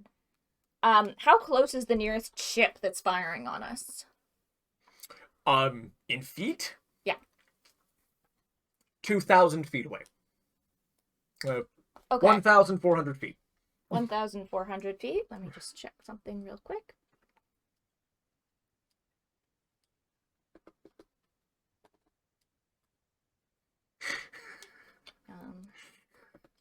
Just watching a calculator come out. Oopsie. 1,400 400. divided by 80. 17.5. On deck is my character and then Labard.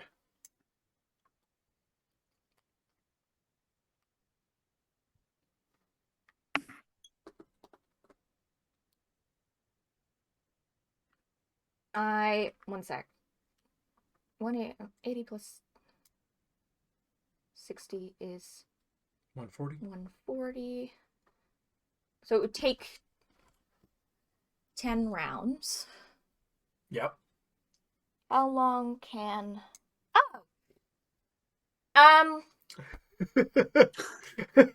Yeah. Okay. The sprite she'll just kind of move over. If these things got destroyed, do we have an issue? If the orbs get destroyed, Yeah. you don't have an issue. What? Okay. Yeah.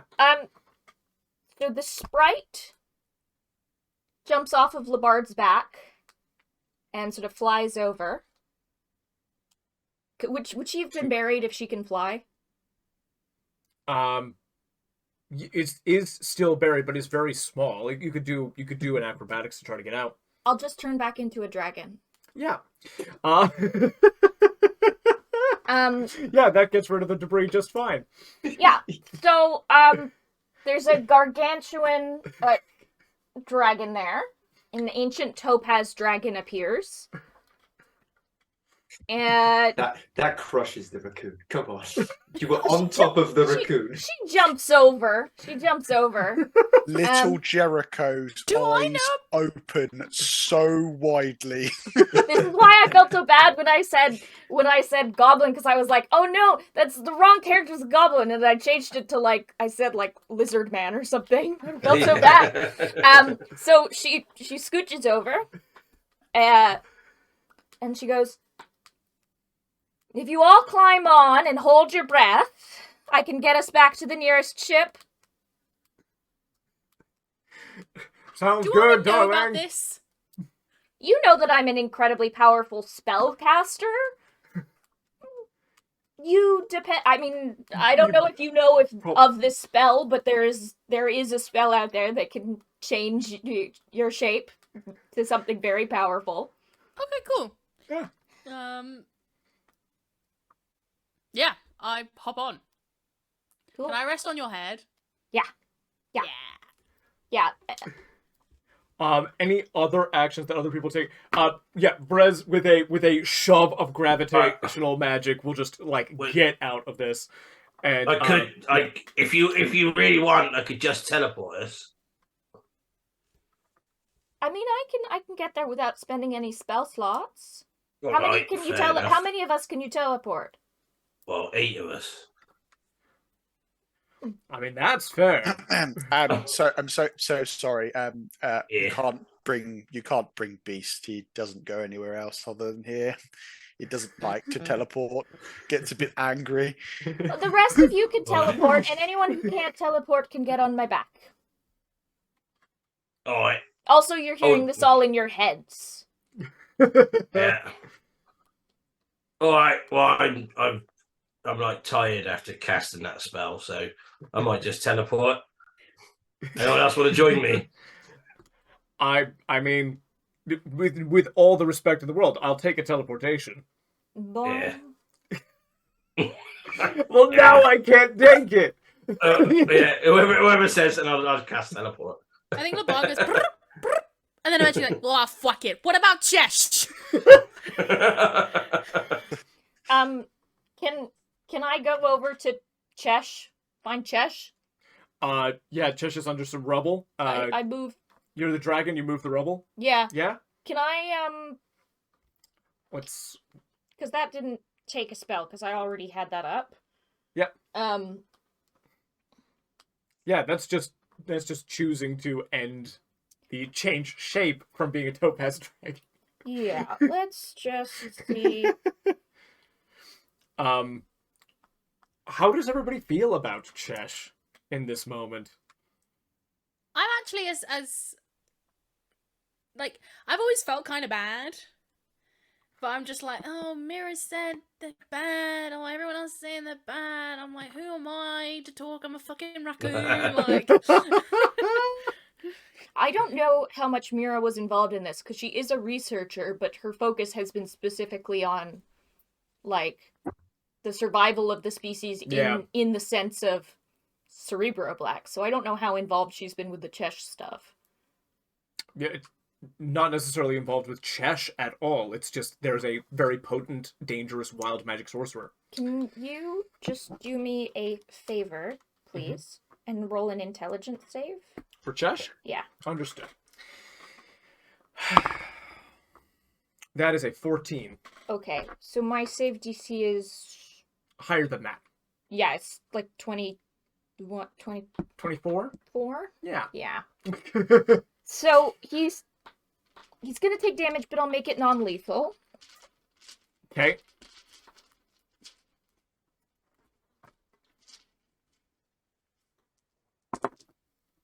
Okay. 8, 12. 17 points of psychic damage. Okay. And the creature's intelligence and charisma become 1. It can't cast spells, activate magic items, understand language, or communicate in any intelligible way. But it can identify its friends, follow them, and protect them, and it'll get a save in another 30 days. Absolutely. Wild. You go to cast Feeble Mind on Such a good spell. you cast this, you know the effect works. The wild magic sparks in Chesh's body. You see Chesh turn into glass, vanish into a dimension, and fracture into infinity. And is gone. I didn't do that. Can I roll Arcana to know what just happened? Of course.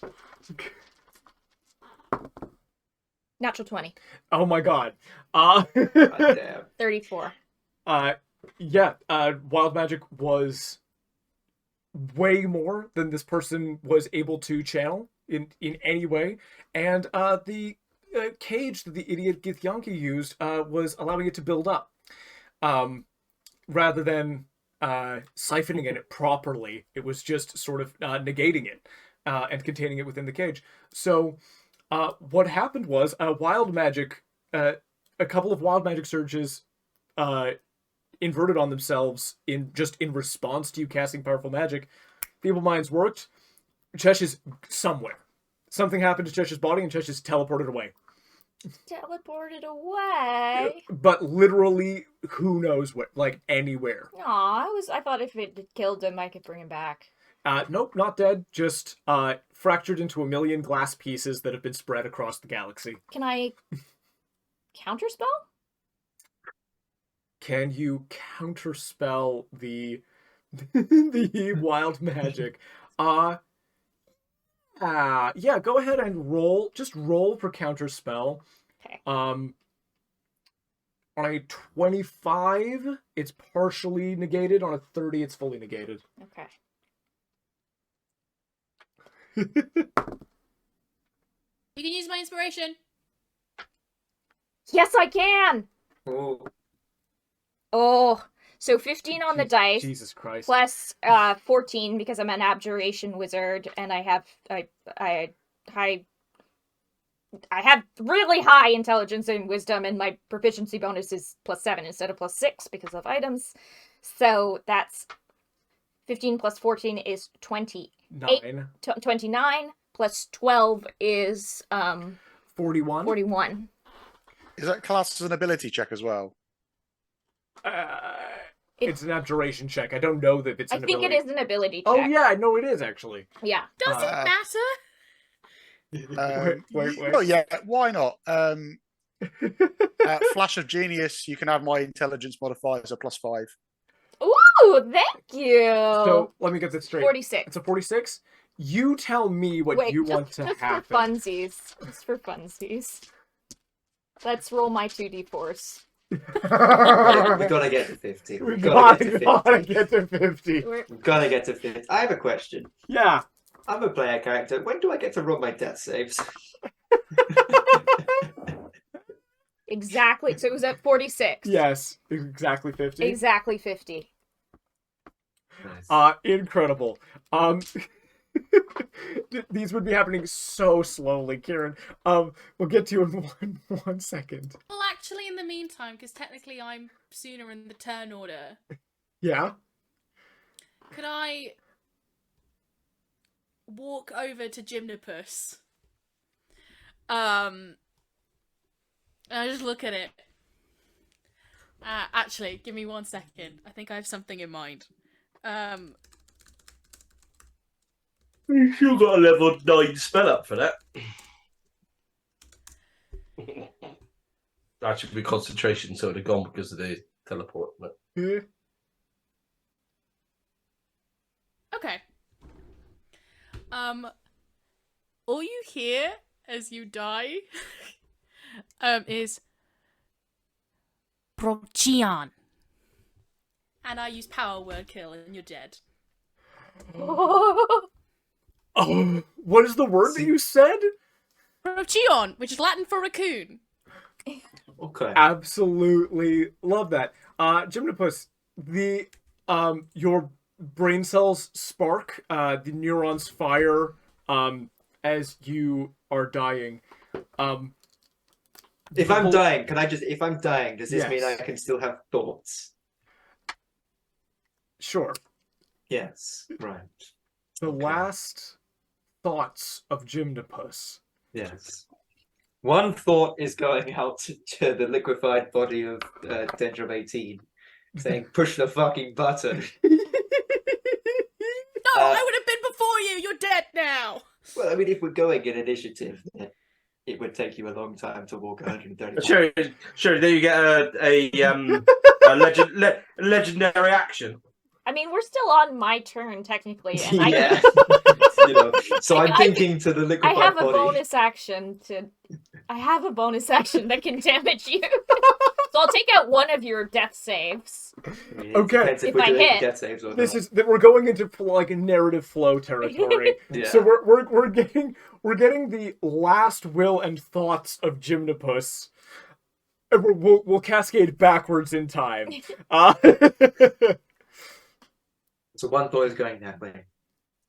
Yes. One thought is going to, well, Cheshire's gone. Can I try and reach out? Because I made a link to him. I try and reach out to Chesh. Yeah.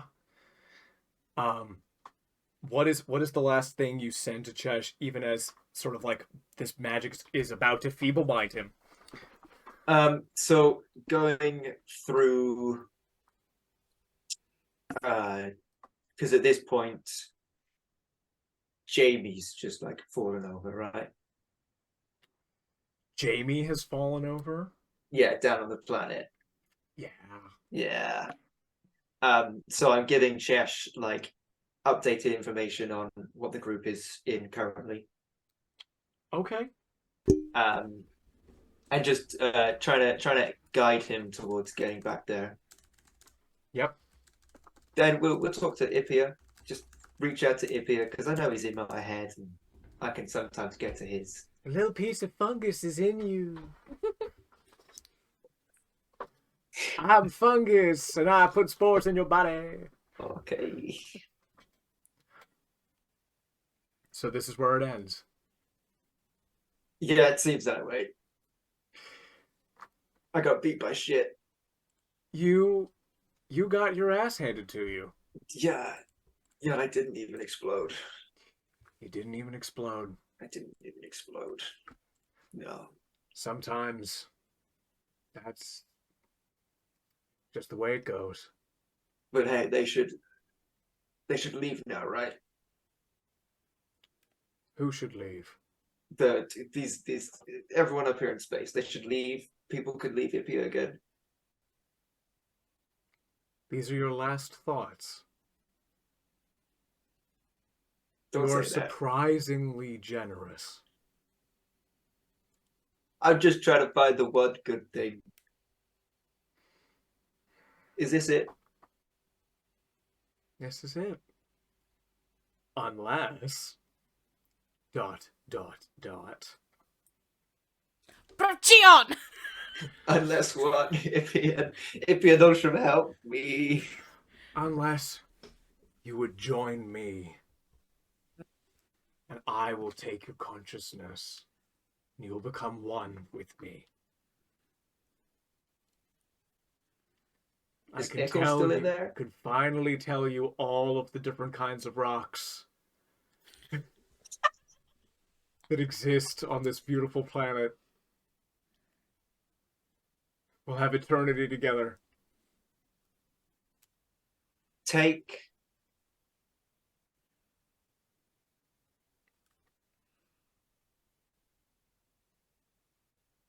everyone else. All of the memories in me. Take all of those and keep them going. Leave me. I don't need to carry on. Goodbye, Gymnopus. See you in another life, my dude. Those memories flit from you and power word kill. Is that the noise that he makes when he dies? Yeah, it's like a little gassy. Well, Comes from that one of was the actually folds in really my brain. anticlimactic for a word there. I thought that would actually be a lot more impactful, but okay, we're going to move on. Let's get the fuck out of here, my dudes. You rub your hands, get the fuck out of here, my dudes. One neuron sparks.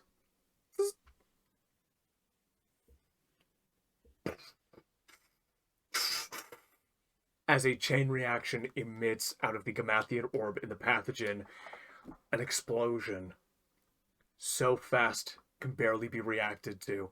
Shits and Giggles teleports out on a 50 abjuration check.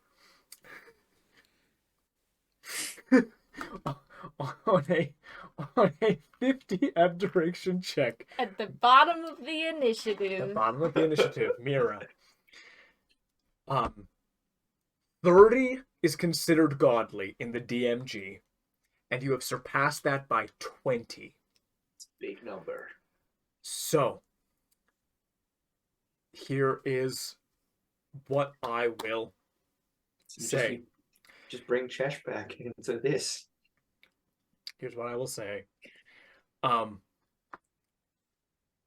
You may choose to redirect as much of this 50 as you would like towards protecting the physical forms of you and anybody who has remained from the explosion that is happening. And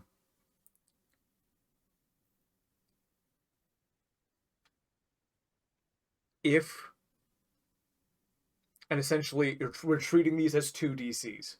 Mhm. You know that is a 25 for a partial interruption of what Chesh is doing, and a 30 to fully stop what Chesh is doing. There's a save DC associated with the explosion. You may split the 50 as you wish. Would I know what the... Would I be able to roll to see, or not time? If I, like, could discern roughly what the spell DC is? Actually, you know what we can do? Let's have one last group roll. Who has remained? Everybody has remained. Shits and Giggles, the only one who teleported. I think Shits and Giggles was the only one who teleported. Shits and Giggles Smart. teleports out. It's just alive out there. Everybody who is here, either with your spellcasting or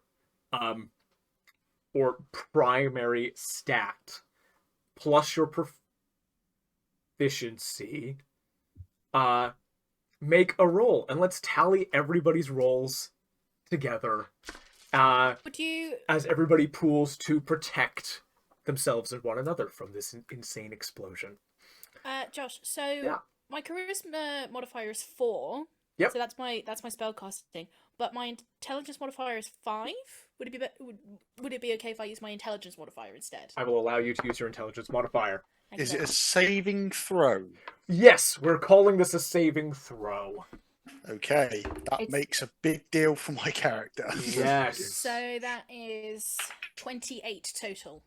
Jesus. 20, that's cucked. And I get to re-roll this because I have a cool feature. That's good that I re-rolled. Sorry, 24, did you say? Me, 28 total. 28 from Labard. 20 from Brez. Who else? I have a question. Is this a magical effect? Yeah. Okay. Oh, I will roll with advantage then. And Advantage. so What did you get, Antonio? Oh, that's I fine. rolled the 19, plus my saving throw is this plus 16. And then Flash of Genius, which is plus 5. So 40. G effing whiz. Obviously, you've got your 50 and Daisy. Well, I don't have cool things to add, but I did get a 30. You don't have cool things to add. You still got If 30. anything, Daisy, that's even cooler. It's so cool. Strength, baby.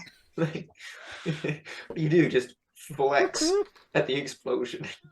Yeah. does Just start to take my armor off and start flexing. does Gith Mirah Yes. do it as well? Gith Mirah can add to this. Okay, she doesn't have advantage on saves against spell effects, just spells. So what does it count as? It doesn't count as a spell. Okay, so I will just roll hers because I rolled those as. Mhm. Or do you want me to use the first one I rolled? Because I rolled those as Sprite Mirror. Sorry, what was the question? I rolled those as Sprite Mirror, Yes. but if my 50 counts for Sprite Mirror, Yes. then should I use what I rolled for Gith Mirror, or should I roll again? Did you roll for Gith Mirah just now? No, I rolled for Sprite Mirror, but it Oh, turned no, out no. she didn't need Do it. a But new roll for... make a new roll? Yeah. Okay, that is 21 plus. Now she's gonna use the 2d4. Yep. I mean, I'm going to use 2d4 in that case. Yeah, everyone, you can roll 2d4 and add it. Plus I mean- 7. What is the DC for this? Get as high as you can, and I will tell you Okay. essentially what's happening. I'll do my 2d4 then. Yeah, I'll do 2d4, thank you. So that's now my total is 32. 32. Beautiful. So 50 for Sprite Mirror, 25 for Gith Mirror. 25. Great. I'm now at 37. 37. 46. So many cool items. 46. My lord. 24 for Gith Mirror. I forget that she doesn't have the Right. mastery. 24. The amount of arcane units that is exploding outwards here is gargantuan. It is raw spell damage, basically, that is coming out. All of these are going to be multiplied by 10 and subtracted from the insane amount of damage that is coming out. The more damage you absorb, the better. I'm going to treat all of these as a success anyway, so it's half of what this is coming out.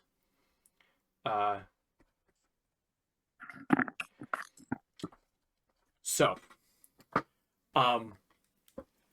in essence, you are trying to bring down the insane quantity of damage by as much as possible. putting a 0 on the end of all of these. Minus the sprite, because there's a choice to be made there. I'm just going to do a little addition here. 320 plus 270 plus 460 plus 370 plus 240. I'm dead. No, that's what we're subtracting from what it's doing. That's what you're subtracting from what it's doing. And it would have to be, in order for my thing to have worked, I actually meant that multiplying by 100. Essentially what this was whatever you rolled times 100, all added together, needing to beat a DC of 14,472. You guys have handily beaten that even without the 50 at 16,600. It's a lot. Everything around you still explodes. You yeah. you all put together all of your technology and spell magic and raw telekinetic strength, and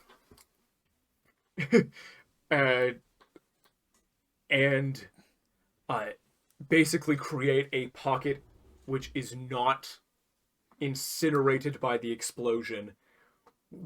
Excuse me, which ripples out, deals significant damage to the remaining warships, and annihilates the flagship, the pathogen, and all the bodies aboard. You are free floating in space. And that 50 stands. You have a feeble-minded Chesh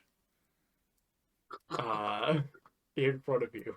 I have gently picked him up and telepathically, it can't communicate, but I just speak soothingly in his head. Just soothing sounds. Like maybe just like hum a nice little tune, like something that I'll hum to Haradron. And I'll beckon the others on. Can we breathe? You currently cannot breathe. But I did say you could. I did say hold your breath before getting on me, so I don't know if you would have. The vacuum of space. I'm gonna say there is enough spellcasting going on that a bubble with air in it can be fabricated. Absolutely. I can You're also so kind and generous and wonderful DM. I can also I can get there in 10 rounds myself, but I can also dimension door a few times, as many times as it takes. Incredible. Yes. Yeah, I can move very quickly, and I think if I can grab everybody else, Brez can also help move things along. Your abjurative magics continue to calm and quiet the insane wild magic that continues to attempt to surge over and over again in Chesh's body, and you'll know you'll need a new and probably a better containment for Chesh when you arrive at one of the smoking warships. And we begin to bring this to a close. Do we have a miniature 1-2 sentence sort of epilogue that we want to give each of our characters?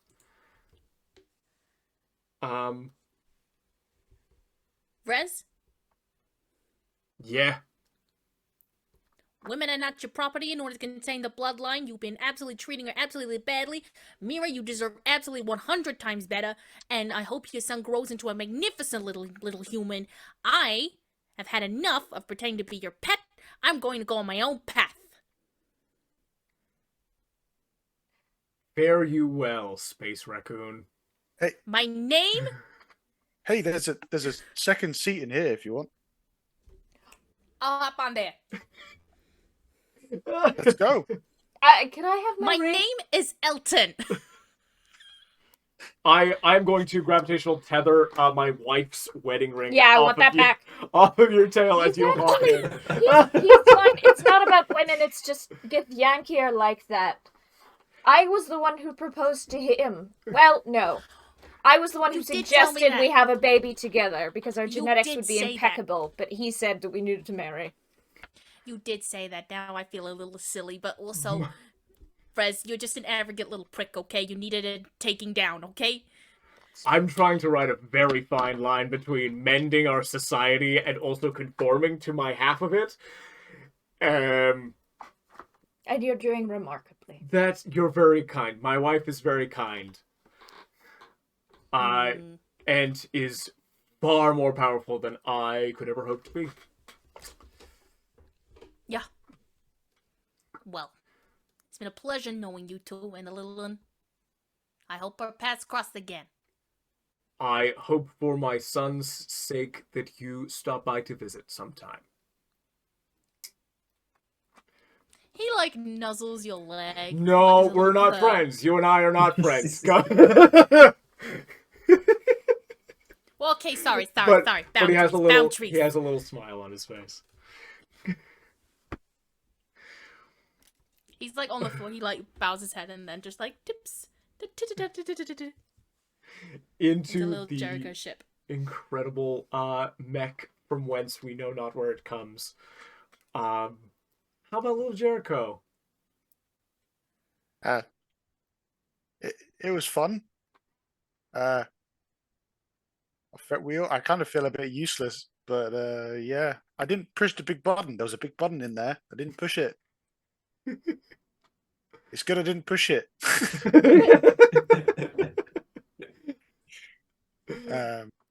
But yeah, he kind of looks over at Mirah in realization you're a dragon, and he nods and he goes, "Okay, where to next, everyone?" And then he kind of goes into himself and starts noticing some different paint job elements to the mech, and then starts fixing it there and then. Wonderful. I think Mirah will offer her assistance. She's quite curious about what you have there. And she can see that you seem to actually think she's a dragon.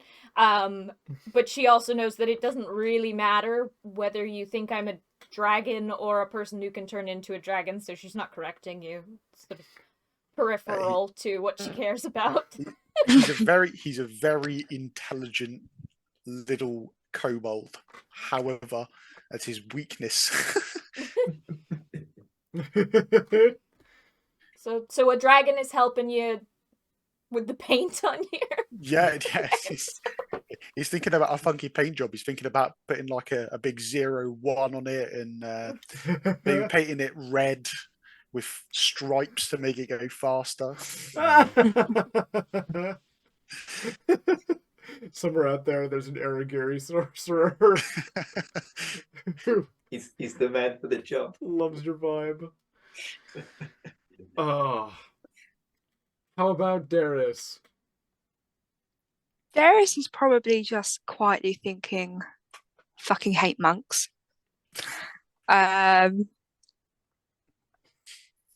Just vibing by himself, just like, yep, got hit, but it's fine. No damage was done. Good job done. Kind of just gives him a little pat on the back. Incredible. Brez definitely looks to you and gives you like a nod.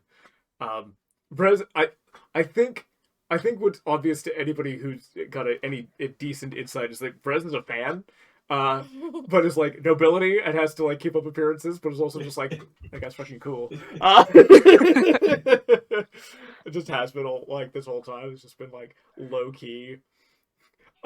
Agent Coulson to Captain America, first Avengers movie. I have all your baseball cards.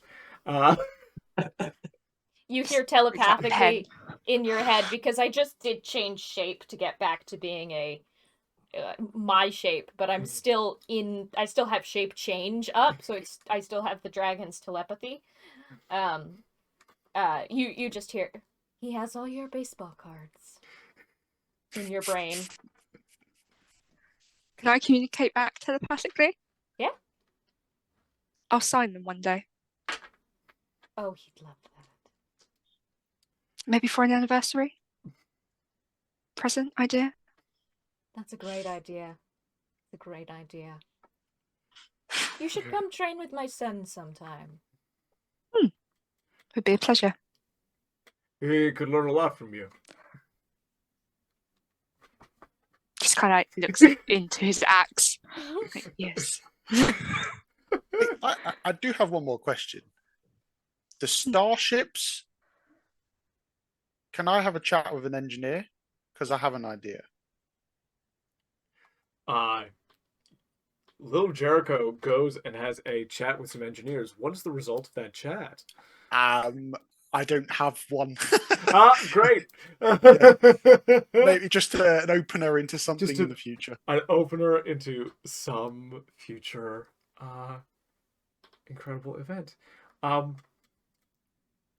And with that, with the end of the Gith Illithid war finally decided, the end of an era and the beginning of something else, we bring the one shot to a close. Well done, everybody.